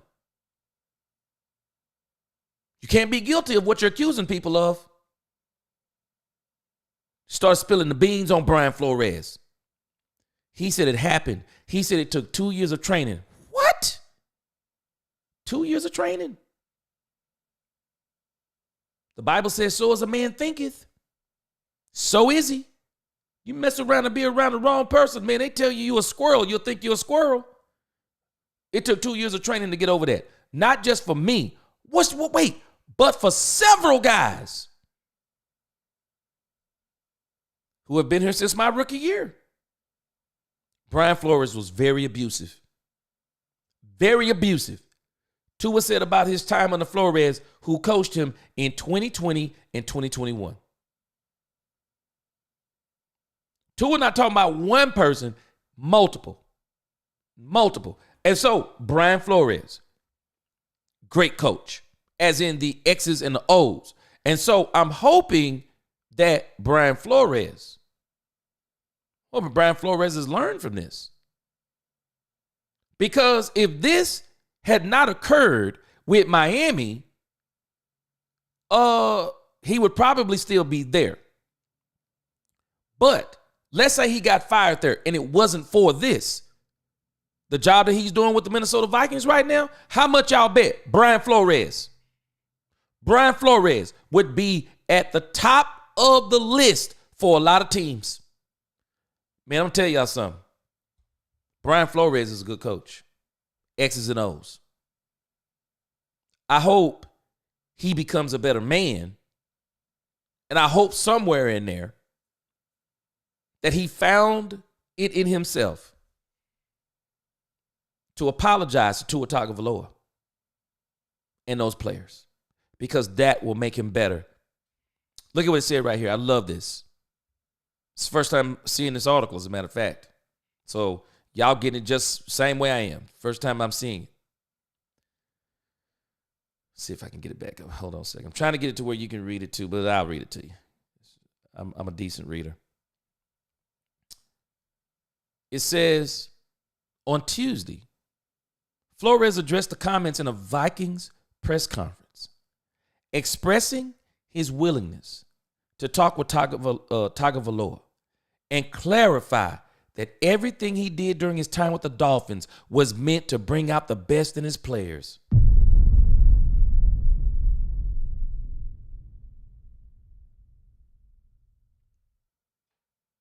Flores comes from that. See, Flores comes from an era where he listened to other coaches talk to players in certain ways. And you have to be careful with that, because there's a fine line between being a hard coach and a degrading coach.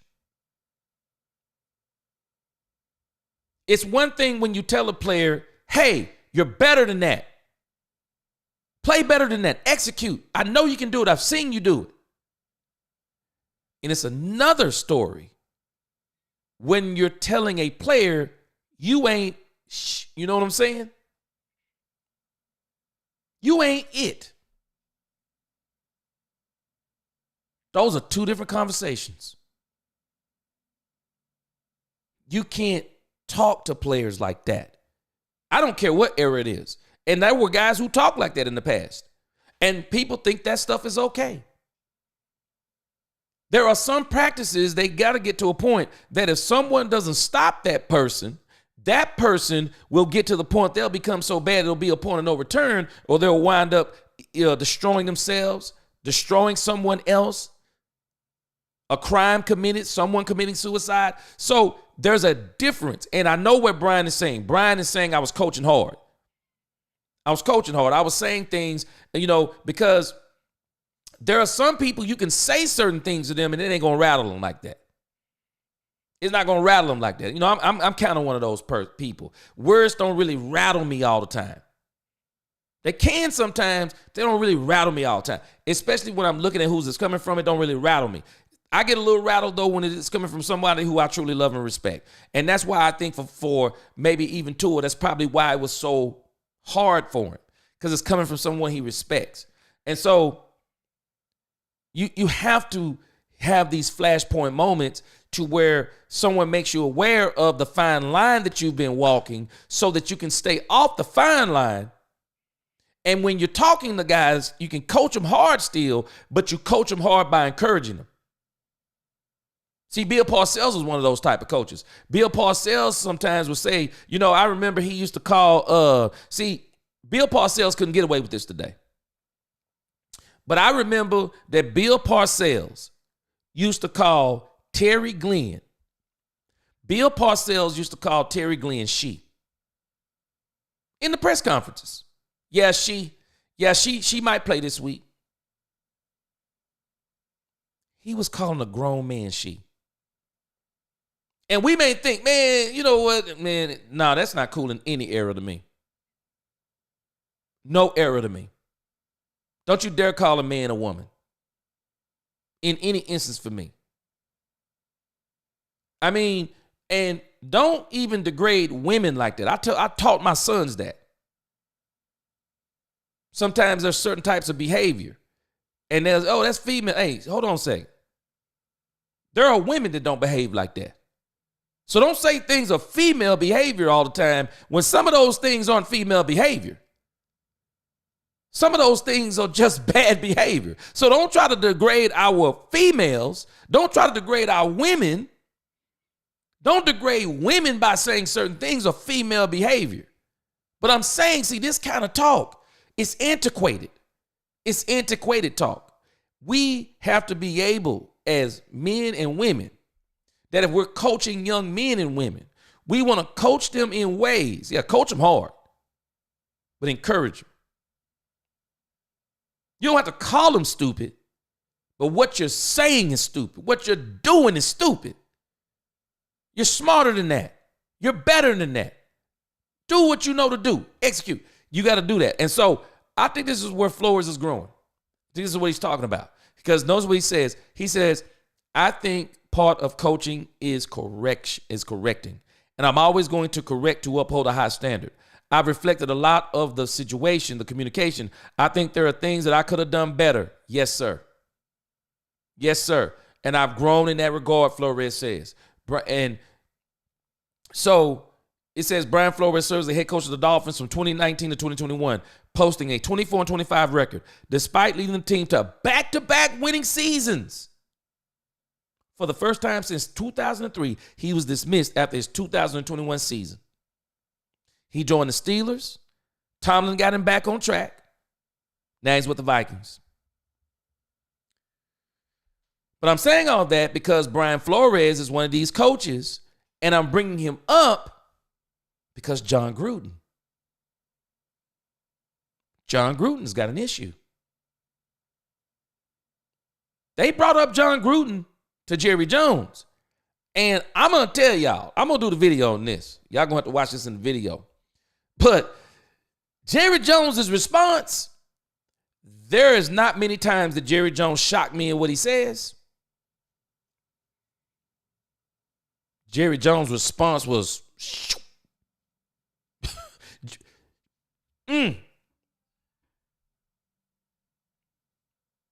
nothing. Jerry didn't want to touch it with a 10-foot pole. So John Gruden, who I think could change the culture, not even Jerry is going to touch John Gruden. Those emails, you know, it's some strange stuff to me about them emails. They went through thousands of emails. And you're telling me the only person you saw saying something bad in thousands of emails is stuff from John Gruden? It's kind of strange to me. It's kind of strange to me. And this is really what this whole thing, see, John Gruden, in case y'all didn't know, John Gruden's case against the NFL. I don't know where Brian Flores is. I don't know if they settled out or what, but John Gruden, Jerry's not going to touch him with a 10-foot pole. He's not going to touch Brian Flores with a 10-foot pole either. Too much controversy, even more with Gruden.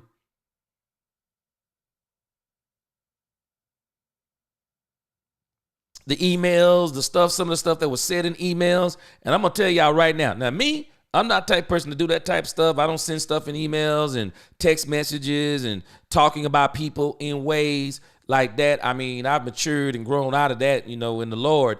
But, hey, man, back in the day, before I was saved, hey, man, ain't no telling what I might say about somebody. I mean, you think about this. What if somebody dug up all the text messages in your phone right now and saw stuff that you said about family members off the cuff, people at your job off the cuff, your boss? Your relative. What would they find? What would they find? I bet you they find some of the craziest stuff on some of us. Some of us. Man, this is tough to me. This is tough to me. And I remember when this happened, a lot of people were coming out and they were saying that John Gruden was not racist. There were a lot of people that saying that they didn't care what those emails said, that John Gruden's not a racist person. And y'all got to realize, see, the same thing with Brian Flores. John Gruden is 61 years old. He comes from an era.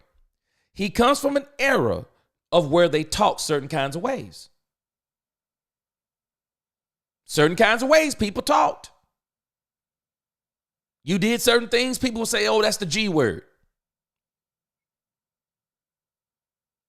You act certain kind of, oh, that's a P word. You say certain type, oh, like I said, oh, you act like a female. I mean, that's the kind of talk people would that's how people talked. And that talk in the sports world, and even today, it still goes on in high school. I mean, guys, anybody who's played high school or the children played high school, your sons will tell you. Even your daughters will tell you, depending upon the sport they're playing, people do all this type of stuff. This language goes on. And it all depends on how it's used. But this talk that John Gruden and Brian Flores is using, that they're being that they're in trouble about, people won't admit it. It's how people talk, man. I mean, it is. And you don't even mean nothing by it.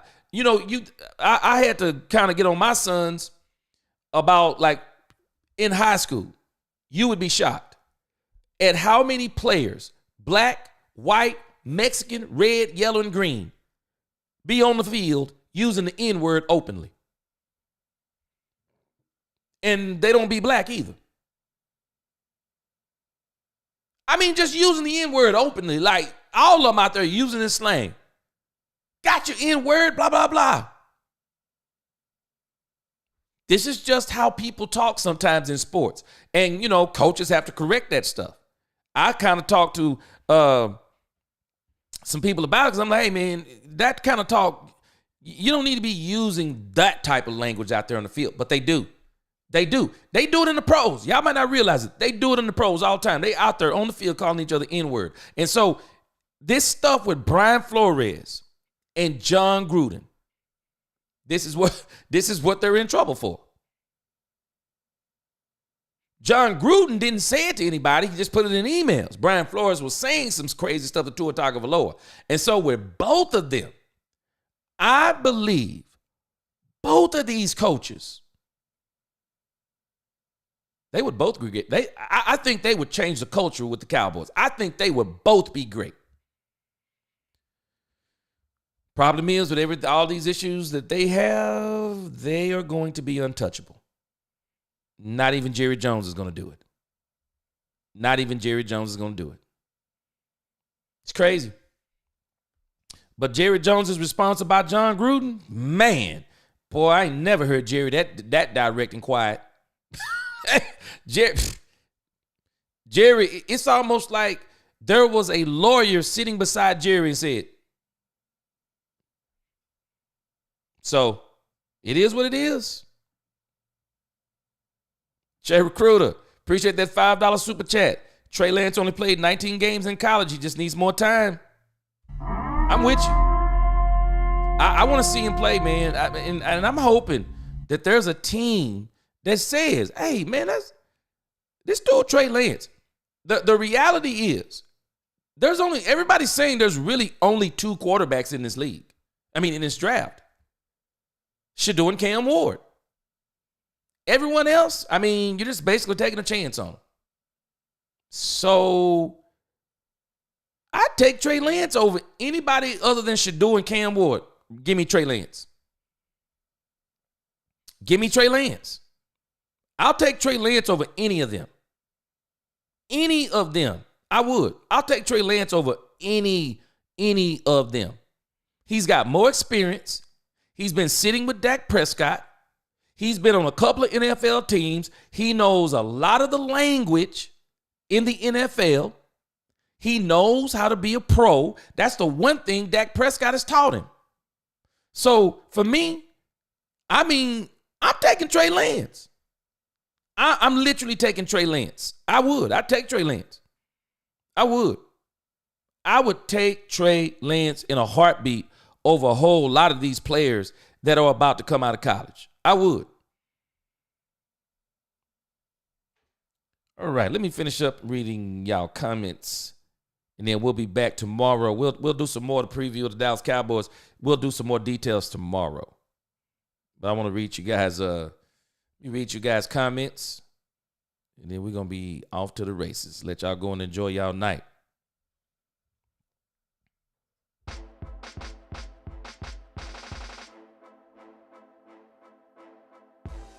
All right, let me see where I want to start. Let me start with Anthony Aldridge, see how far I can get. Anthony Aldridge, he says, "You are preaching, brother. Appreciate you. Welcome to the show, Anthony." Jared said something about if we want that, Jerry. Hey, don't rule out Bill Belichick. Bill Belichick can still get out of that contract. D-Rail said, honestly, I want to know what's going to happen with Will McClay. D-Rail Carter, I'm telling you, folk do not understand. This Will McClay move, man, it might be, this is really the move that we really need to be paying attention to because it's going to have a bearing on our drafts. Brandy said, we done on the fifth, and it pisses me off. Yep, we done. We are done. Janie said, Dan Quinn did what he set out to do. Show the league that he's a top-tier coach. He is. Janie, there is no denying it. He is. I mean, I know we're in the NFC East, but what Dan Quinn is doing, off the chain. Off the chain game. This dude is going to come in with a rookie quarterback in this first season with the Commanders and possibly with 12 wins. Crazy work. He's done a very good job. Brandy said, I don't trust Jerry. He doesn't come through. I'm all in, and I don't do anything worse, GM ever. And you know what? Jerry wants these young players. He going to try to build it through the draft again, but we're going to see what's going to happen. Kevin says, look up the wide receiver from TCU, number 3. Okay, yeah, we'll be, I'm gonna get y'all to be helping me with my draft over the next few weeks. Number 3 from TCU, I have to remember that. Jerry said the hay is in the barn. That's it. Jerry said ain't nothing else to see. Nothing else to see. Janie Scott, Cowboys need a William. Boy, they do. Yeah, Jerry's saving money. Richard said, I thought Mingo was the second receiver under CD. That would help him out as the other wide receiver. I think Mingo going to probably wind up being a third. They got to get a wide receiver. Mingo, we won't see what he truly is until Dak. But I think he shouldn't stop them from getting this wide receiver. Go get this kid from Auburn in the first round. Go get him. Don't even take a chance on Mingo. This is what this team have to stop doing. Don't take no chances. Go in this draft like Mingo not going to be good. Like Sam Williams ain't coming back. Like DeMarion Overshown ain't going to be ready for a year. And like Trayvon Diggs ain't going to be right. That's how you approach this draft. And if all those players turn out to be right, now you got depth. You're exactly where you want to be. I'm telling this, man. Tony Simmons. Boy, man, they don't even want to do that, Tony. That call them plays, Trey Lance be out there tearing that field up. Will Pound said, I used to be a Fab Quinn guy, but the moment he put our defense in zone against Green Bay, I now have no love for the man. Yeah, he sabotaged it. He did, Will Pounds. I mean, Gilmore said it. Gilly said it. He said he never seen nothing like it. Tony said if he can't run, let him play call. Maybe he'll see from the outside looking in. Oh yeah, Dak need to be calling them plays. Dak putting up 35 plus when he plays the tomato cans and playing from behind after throwing interceptions and being a stagnation in 2 quarters. Hey, Dak is the man. Jenny said, oh yes, bring back a lot of funny memories. A Tom Bone I could run. Do you remember that? Ooh, Man. Yeah, I remember back in the day, everybody played that touch football. I'm laughing. You said they was trying to cop a field. Ron said maybe Jerry's looking for a game manager to save money. Well, can't save money, but I don't know if you're talking about the quarterback wise. Can't save money. Dak is here to stay for the next 3 years. But maybe with Trey Lance, maybe let him stay here about 2 or 3 years. And Will Pounds, you late to the conversation. I'm not going to show all that no more. And actually, like I said, you're making the old arguments, but every quarterback, I mean, go back and look at Lamar Jackson. Lamar Jackson scored 5 touchdowns against the New York Giants, and everybody said he was leading the MVP race. What we don't realize is we make up Dak Prescott rules because of hate. All these players, all these teams, they put up stats. Even Joe Burrow. If you pay attention to Joe Burrow put up some of his stats this season in getting down early in the first, second, and the third. And some of those based on turnovers he made, only for him to battle all the way back in the fourth quarter. But when Joe Burrow does it, it's not called garbage time. It's called a comeback. Dak Prescott does it, it's garbage time. There's no such thing. It's dumb talk. Andre Mosley, what's going on? He said, please get the season over with. Hey, man, don't rush it, bro. Let's go and enjoy this last game. The 70s fan, Zeke cleared waivers. Ain't you surprised? Man, nobody wants Zeke, man. I'm telling us, man, we don't realize it, but these teams be scouting these players. They know what these players are. I don't even know if Zeke gets a job this year if the Cowboys don't pick him up. Zeke would have probably been at home. He probably would have been at home. Gary says Jerry don't want to show Trey Lance skills. Brandon said, what skill? She said, what skill? Man, Brandy, 27 free agents. Yes. We're going to have some people on this team that are not going to be here. Ben Johnson's already said what he wants. I said the same thing, 70s fan. I think he was talking directly to the Cowboys. But Foot said he think he's going to go after him. We're going to see. We're going to see. McClay will take a bunch of scouts with him too. Woo! Man. Woo! Dak haters like roaches. You better believe it. They ain't going away. Jerry might have to give Will McClay his job to Jerry Jr. Woo, man, don't say that out loud. Because that's exactly what's probably going to happen. That's exactly what's probably going to happen, man. El Paso, Freddie, what's going on? What's going on? 70s fan, do you remember when Andy Dalton had to play? The idiot said, oh, man, I'll never forget, 70s fan. There was people at my church talking about, yeah, man, Andy Dalton, boy, he better than Dak Prescott, the red rifle. I don't know what it is about these redheads. Oh, he the red rifle. He gonna run Dak out of town. No, he got ran out of town. Terrible. He was absolutely terrible. Robert says, Jerry Jones would rather climb a tree and tell a lie than stand on the ground and tell the truth. Jerry bumbling and stumbling. Man, Jerry got to be rolling up in this thing talking about strategy. Stop it. Ryan, I said the same thing. The best team Dak had was 2016. Hands down. Hands down. Hands down. Real fan, I can't even take you serious, bro. It's your list, but I can't take you serious. That's crazy talk.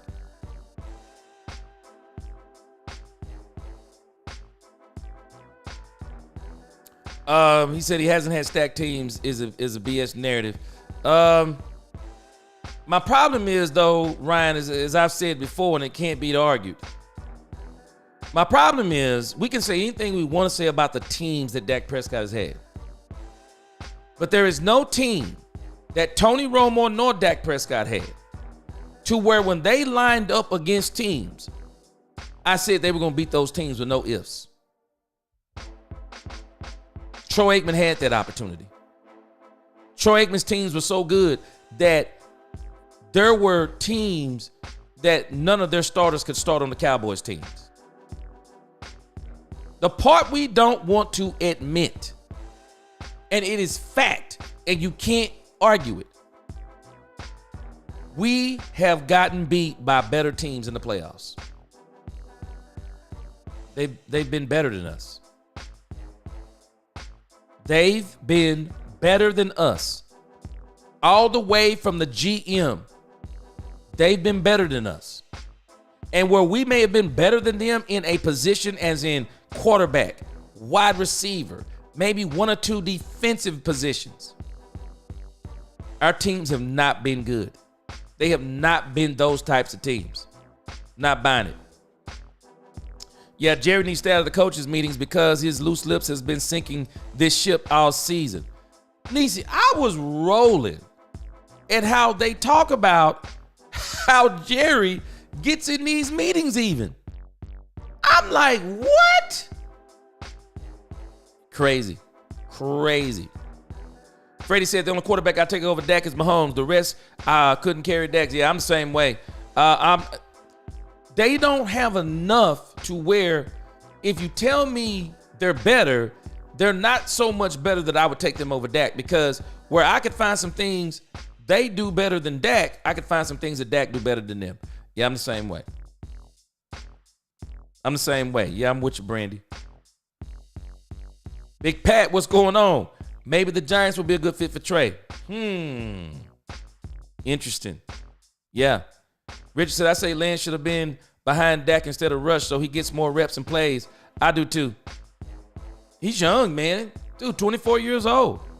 Trey Lance taking pointers from Dak Prescott. Show them who you are and what you can do. Take to the house. Oh, yeah, he's going to be a better quarterback being with Dak. Jay Recruiter. I mean, at the end of the day, Dak's contract is 4. He'll probably do 3. Trey would be what, 27? That's a long time to sit down, though. Woo! Man, that's a long time to sit down. Dez Bryant and D-Law are not Hall of Famers. Nope. You right, Freddie. Brandy said, if you don't like Dak, you might want to find another channel because this guy's pro Dak and I'm here for it. Yeah, if you hate Dak, I just got to tell you, you got to find another channel. You got to find another channel because I'm just not having it. I'm just not having it. All right, I'm getting to the end here. We're not going to draft a quarterback in the 2nd. They will draft him in the 5th. And I don't think they're going to draft a quarterback. I mean, it won't surprise me. I just don't think they're going to do it. I don't think they're going to do it. Because if I'm going to draft a quarterback, then I'll just keep Trey Lance. If nobody picks up Trey Lance, why am I drafting a quarterback? Trey Lance is better than any quarterback coming out of the draft. I mean, right now, Trey Lance. Who you taking? Shador, Cam Ward? Who else you taking over Trey? I'm not taking anybody else over Trey Lance. I'm just not doing it. I'm not doing it. These said they talk too much. They told Trey Lance package early in the season, and Mike said, I'll show Trey, you will play one snap, a lot of fight with the head coach and owner. Yep. For sure, Niecy. Maybe Trey Lance would be Dak's replacement if the Dak's gone. He only 24. The issue is he'd be 27 by the time he finished. Romo had stacked teams, and his record is. And Brandy, watch this. But Romo, because the only quarterback these people are comparing Dak to and who they compare Romo to. The only quarterback they're comparing him to is Troy Aikman, who is actually an anomaly when you think about the fact, the Herschel Walker trade, when you think about Jerry buys the team and he needs to win in order to do the things he's going to do for the NFL and the Dallas Cowboys. He has to win. He does something uncharacteristic that he doesn't do anymore. He hasn't done since Jimmy. He let Jimmy take care of the football stuff. Jimmy knew personnel. Jimmy knew who to draft. Jimmy knew who to staff. Jimmy knew how to coach. Troy Aikman, there's no argument. You can't compare the teams that Troy Aikman had around him to any team that Tony Romo or Dak Prescott played for. The teams that Tony Romo and Dak Prescott have played with are not even good enough to beat the teams in their own era. In their own era. Troy Aikman's 90s Cowboys with Jimmy Johnson, 92-93. 92-93. Any era. They dominate. Why? Not because of Troy Aikman. The offensive line was crazy. It was. Top 10 defenses. They control both line of scrimmage. They can beat you in all kinds of ways. They can beat you running. And if you stop them running, Troy Aikman would eat off that play action. You couldn't stop. I mean, you could not stop the Cowboys in 92-93 in particular. They were that good. Hall of Famers everywhere. Cowboys have not had Hall of Famers literally surrounding Tony Romo nor Dak Prescott. They haven't. Anybody who says is just flat out lying. They just haven't. They haven't. Freddie says if McCarthy and Jerry were arguing over Lance, McCarthy would be gone by now. Yeah, I'm with you. Jerry is banking on the idea that by not playing trade, there's no footage for anyone to see. No one will sign him for a bunch of money and maybe sign him for cheap. There could be some truth to that. But I think he's playing a dangerous game because I tell you this. If I'm the Raiders, I'm going to get you. Because see, some of these people done messed up in the draft. They've dropped too far down to get Cam Ward and Shedeur Sanders. They've dropped too far down. So when you think about teams now, see, this draft is now going to make, at least in my estimation, Trey Lance may be a little bit valuable now. Because I'm taking short of Shedeur and Cam Ward, I'll take Trey Lance over all those other quarterbacks. So when you look at Tankatron, New England, I believe, have their quarterback. Tennessee will probably be looking for a quarterback. Cleveland, it sounds like they're going to roll with Deshaun Watson. They've done something to his deal to make it more cap friendly, but they're going to be looking to replace him. So I wouldn't be surprised, but I don't know. They may pass on Shedeur and they may pass on Shedeur or Cam Ward. But if they don't, look who's left. The Giants, why wouldn't they get Trey Lance? Why wouldn't the Giants take a chance on Trey Lance? They should. They should. Carolina Panthers, I mean, they're going to probably roll with Bryce. The Jets, why not? The Las Vegas Raiders, if you're going to be number 8, why not? Now, Sam Darnold is also going to be in this issue. Sam Darnold is going to be in this issue. Sam Darnold is probably going to find himself another starting quarterback job. Between the Raiders, the Jets, the Giants, Sam Darnold is probably going to be in the mix with them. Because I just don't believe Minnesota's going to get rid of McCarthy. I wouldn't do it. I just wouldn't do it. I'm not doing it. But I'm telling y'all, Jerry can do whatever he want to do. I think Trey Lance may be in play for somebody next year. Yeah, he's unrestricted. He's unrestricted. I think Trey Lance is going to be in play for somebody next year. Because I don't even know if I'm just different. I don't even know if I'm taking Shedeur or Cam Ward over a 24-year-old Trey Lance who's been in the league, big, strong, athletic ability, just needs reps. I'm building the team anyway. Man, these first-round quarterbacks, they are never a sure thing. They are never a sure thing. For some of these folk talking about they'll take Trevor Lawrence. Take Trevor Lawrence all you want to. Trevor Lawrence ain't done squat in this league. Trevor Lawrence was supposed to be a generational talent. He ain't done squat. And I don't think he's going to do squat. They refuse to call him a bust because of the way he looks. They refuse to call him a bust. They want to give him every opportunity. But he's been in this league for a minute. And he's had players around him. I mean, come on, man. You got a Super Bowl winning coach coaching you, Doug Peterson. And you looking like you looking? Tell me anything you want to. Get Dak Prescott, Doug Peterson, and some weapons. I bet you Dak do 10 times better than Trevor Lawrence. 10 times better than Trevor Lawrence. And you want to talk about injury prone? Man, this dude is starting to be like paper mache. And I'm not talking about the concussion thing either. Man, I don't even understand folk in these conversations they be having. I don't know what these people be watching. I don't know what these people be watching.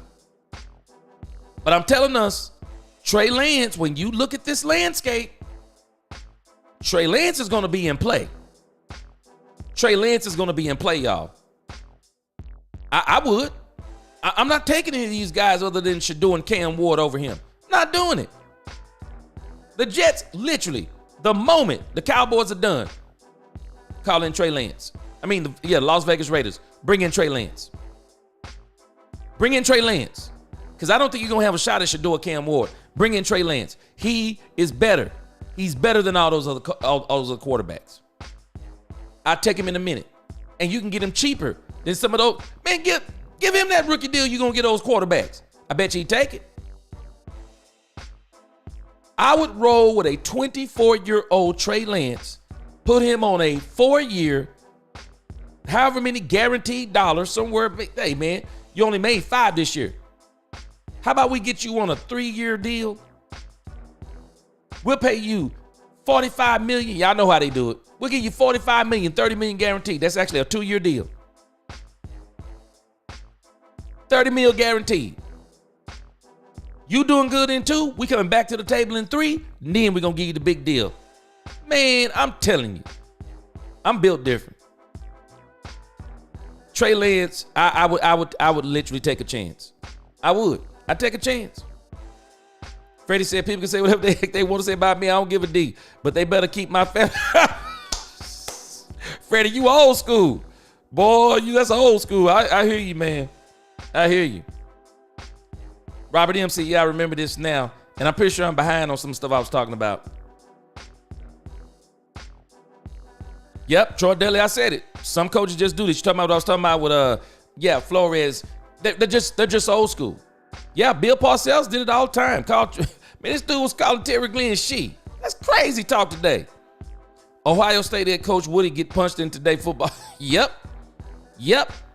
Former Ohio State Woody Hayes will get punched in the mouth in today's game. For sure. Troy said if you look at where Dallas is in relation to other teams in the East, Brian Flores would be the pick. Hey, man. Brian Flores, if he's learned, Brian Flores would be an excellent coach for anybody. Ice Cold Cowboy, he talked about Jay Gruden, Spider 2 wide banana. Yep, that's it. That's Gruden. Jay Recruit, you better say it. Yeah, Jerry protects the NFL. He does for sure. Troy Dudley said both of my boys play ball down here in Florida. They all say wild stuff to each other, don't they though? Man, when my sons were playing high school football, I was like, man, what y'all doing talking like that? But the coach also let them play any kind of music at practice, and they thrive on it. Man, these youngsters be out here cursing and everything. They be going crazy out there on that field, man. Raiders draft Sanders, and the Browns take Trey Lance for their backup. And whoever goes to the Browns, they're going to wind up probably being the starter. Watson, man, I'm telling you, man, I just think Watson is done. Woo, boy, the real Daryl. Boy, Bobby Knight. Man, Bobby Knight wouldn't last in this era of coaching, bro. He wouldn't last in this era of coaching, man. Real Daryl said, my son told a kid during the game that his 4.0 GPA is what the kid averages a game. And the referee's laughing. He got me laughing. Ooh. Boy, yeah. Jerry says, you're not standing behind 4. Hey, man, that's our quarterback. I mean, hey, that's our quarterback. He ain't going nowhere. McCarthy going somewhere. Dak ain't going nowhere. Gabe said Dallas got 3 Pro Bowls this year. Yeah, they got 5. CeeDee Lamb, Cavonte Turpin, Brandon Aubrey, both on special teams. Man, ain't that crazy? Tyler Smith and Michael Parsons were the other 2. Crazy when you think about it. Pro Bowls? Real Daryl, appreciate you. 5 shows always. Appreciate you. We're going to be back at it again tomorrow, too. Morales, Dan Quinn got lucky, Jay, man. Jaden Daniels, man. Woo, man. Oh, man. Jerry said, now people like him know how we felt when the media robbed Prescott of MVP. Straight up robbed him.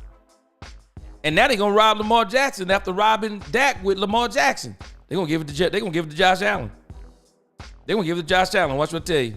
Straight up, they're going to give it to him. I don't even think there's anything else he has to do. Because if I'm not mistaken, they're talking about all he need to do. They talking about he's going to sit out the game. Oh, Jared, I said it, didn't I? Garbage time versus bad teams. And yeah, and we never said it about any other team. Wicked, what's going on? Look at how they praise Russell Wilson for beating the Giants and the Jets. Like Fields wanted to destroy them too. You see how people do when they like you? When they like you, they say stuff like that, Wicked. Wicked, what you think about my proposal, man? Y'all get Trey Lance. Robert M says, and Philly has the same round of free agents as we do. And the problem is, though, Robert M, I'm not worried about Philly. Howard Roseman seems to know how to sign players. We the one don't know how to sign them. Freddie said, I recorded every boys game from preseason through season. We'll start rewatching them in the weekend after the Super Bowl. Yeah, man, and I got that. Anybody who doesn't have it, I got that NFL Premium. Man, it let you watch the coaches tape and everything. I would put some of that on here, but the problem is they copyright you for using the footage, so I'm gonna have to figure out something else. But that NFL Premium will let you watch all the games any kind of way you want to watch them, man. Coaches film everything. Ice cold, I said it too. Super Bowl or bust. That's how I feel about it. Robert Benton, somebody tell Jared. He's not a motivational speaker. He thinks he is, though, boy. Jared think he a motivational speaker. He probably is in the business world, just not in the locker rooms. Jerry is sweet arsenic, bitter arsenic. They both serve their fan base, boys. Robert said, I wouldn't mind having Tony Romo take a coaching position. Only reason why you're not going to see Tony Romo take a coaching position, Tony could do it. Tony and Dak Prescott could both be OCs. Both of them could be OCs. They're that brilliant with this game. Problem is, they make so much money. Why you want to be an OC for $3 million when you Tony Romo making $20 million a year? Dak Prescott man, I'm not gonna be shocked. Dak Prescott probably gonna be in the booth too. I'm not gonna be shocked. I'm not gonna be shocked.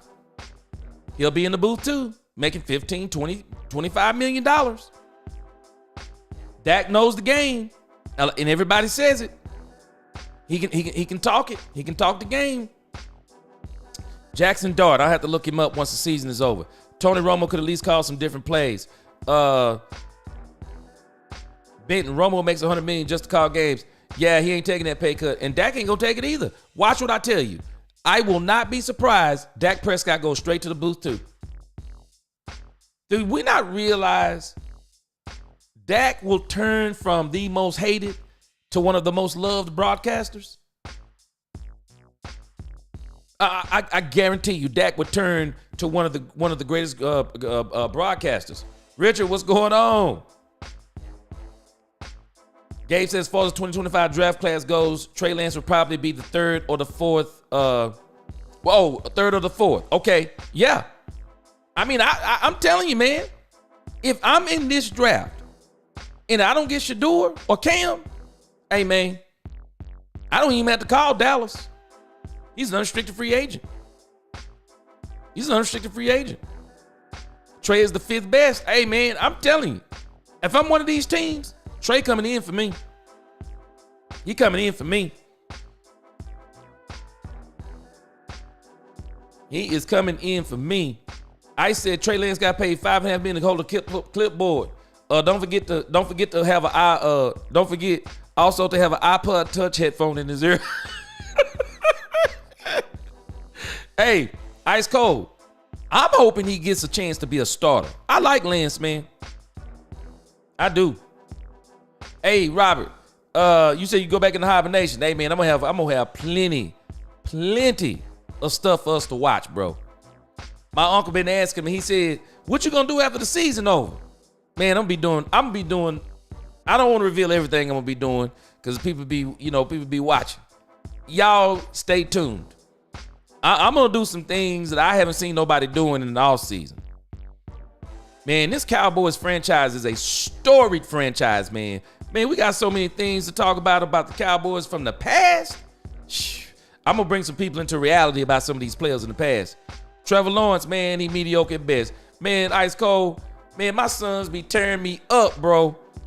I told my sons, boy, when he was at Clemson, I said Trevor Lawrence gonna be a generational talent, man. Man, if you asked me who was the 4th round draft pick between him and Dak Prescott, I would have told you Trevor Lawrence. Richard said, what was better about the Cowboys in the past? They played the games and became household names. Now players come into the league and people call them the best before they have done anything important. Straight up, Richard.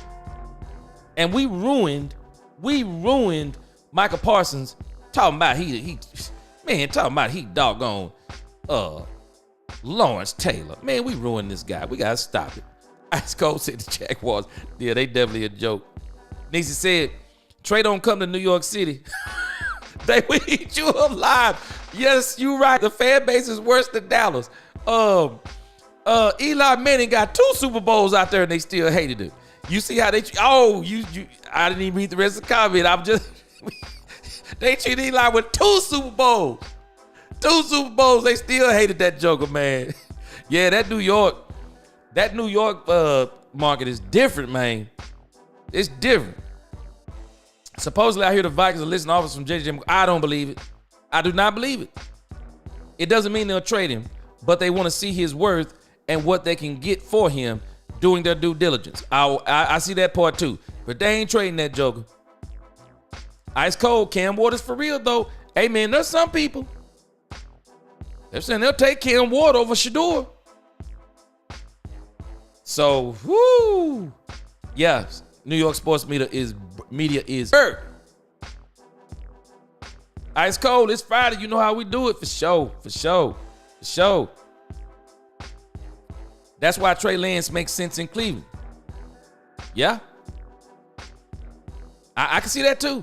Wilson said it's looking like a mic return from what SJ said on 105 and more salary cap issues. So expect we like our guys. Hey man, Wilson, I ain't buying it yet. I ain't buying it, Wilson. I'm telling you. It sounds like to me, they about to try to pull. Man, I'm telling you, 14th, it's going to be exciting. I just got a strange feeling that they're going to try to let Mike go somewhere else. You got to understand, y'all. If Mike McCarthy stays, we got to understand this. He's not coming back under the same stipulations.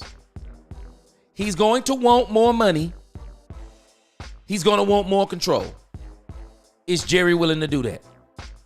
Because in negotiation, I'm sure that Mike is going to make sure he can come back and say, well, I got this team and this team want me. This is what they're going to give me. I'm telling you. Wicked said, I believe in Fields, but we can take Trey Lance and let them battle it out. That's what I said. Let them battle it out. Let them battle it out. See who wins.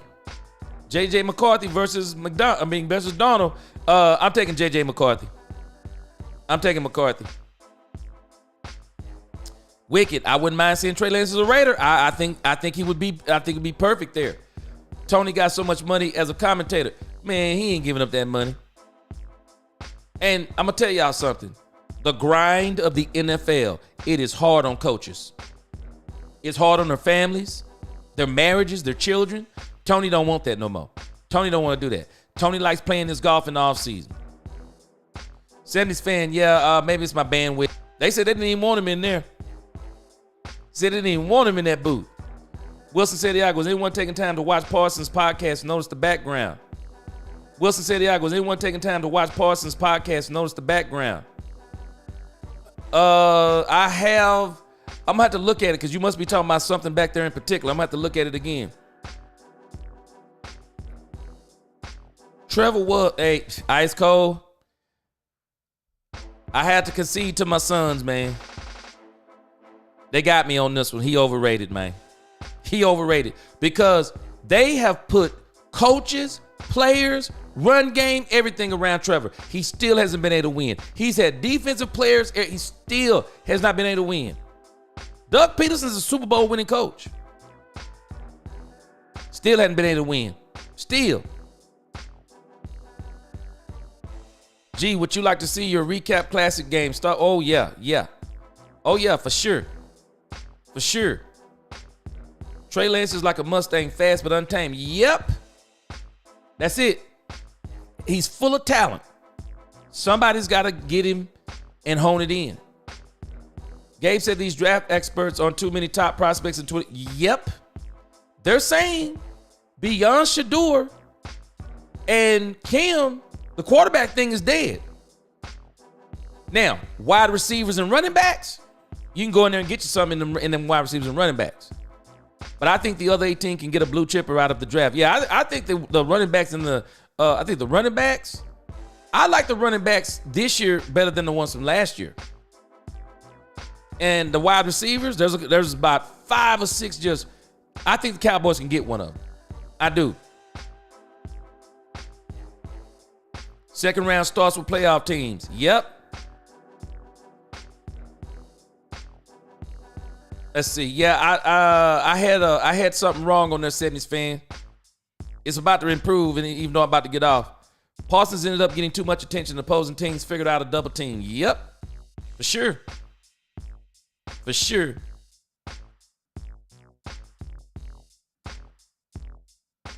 Man, boy, them players right there, boy. We're going to be talking about some of that stuff in the offseason, Freddie. All right, guys. I'm going to let y'all get off of here. Yes, sir. I appreciate y'all, man. Till the next time. I'll be back tomorrow. Let's talk Cowboys. We talk facts. Peace.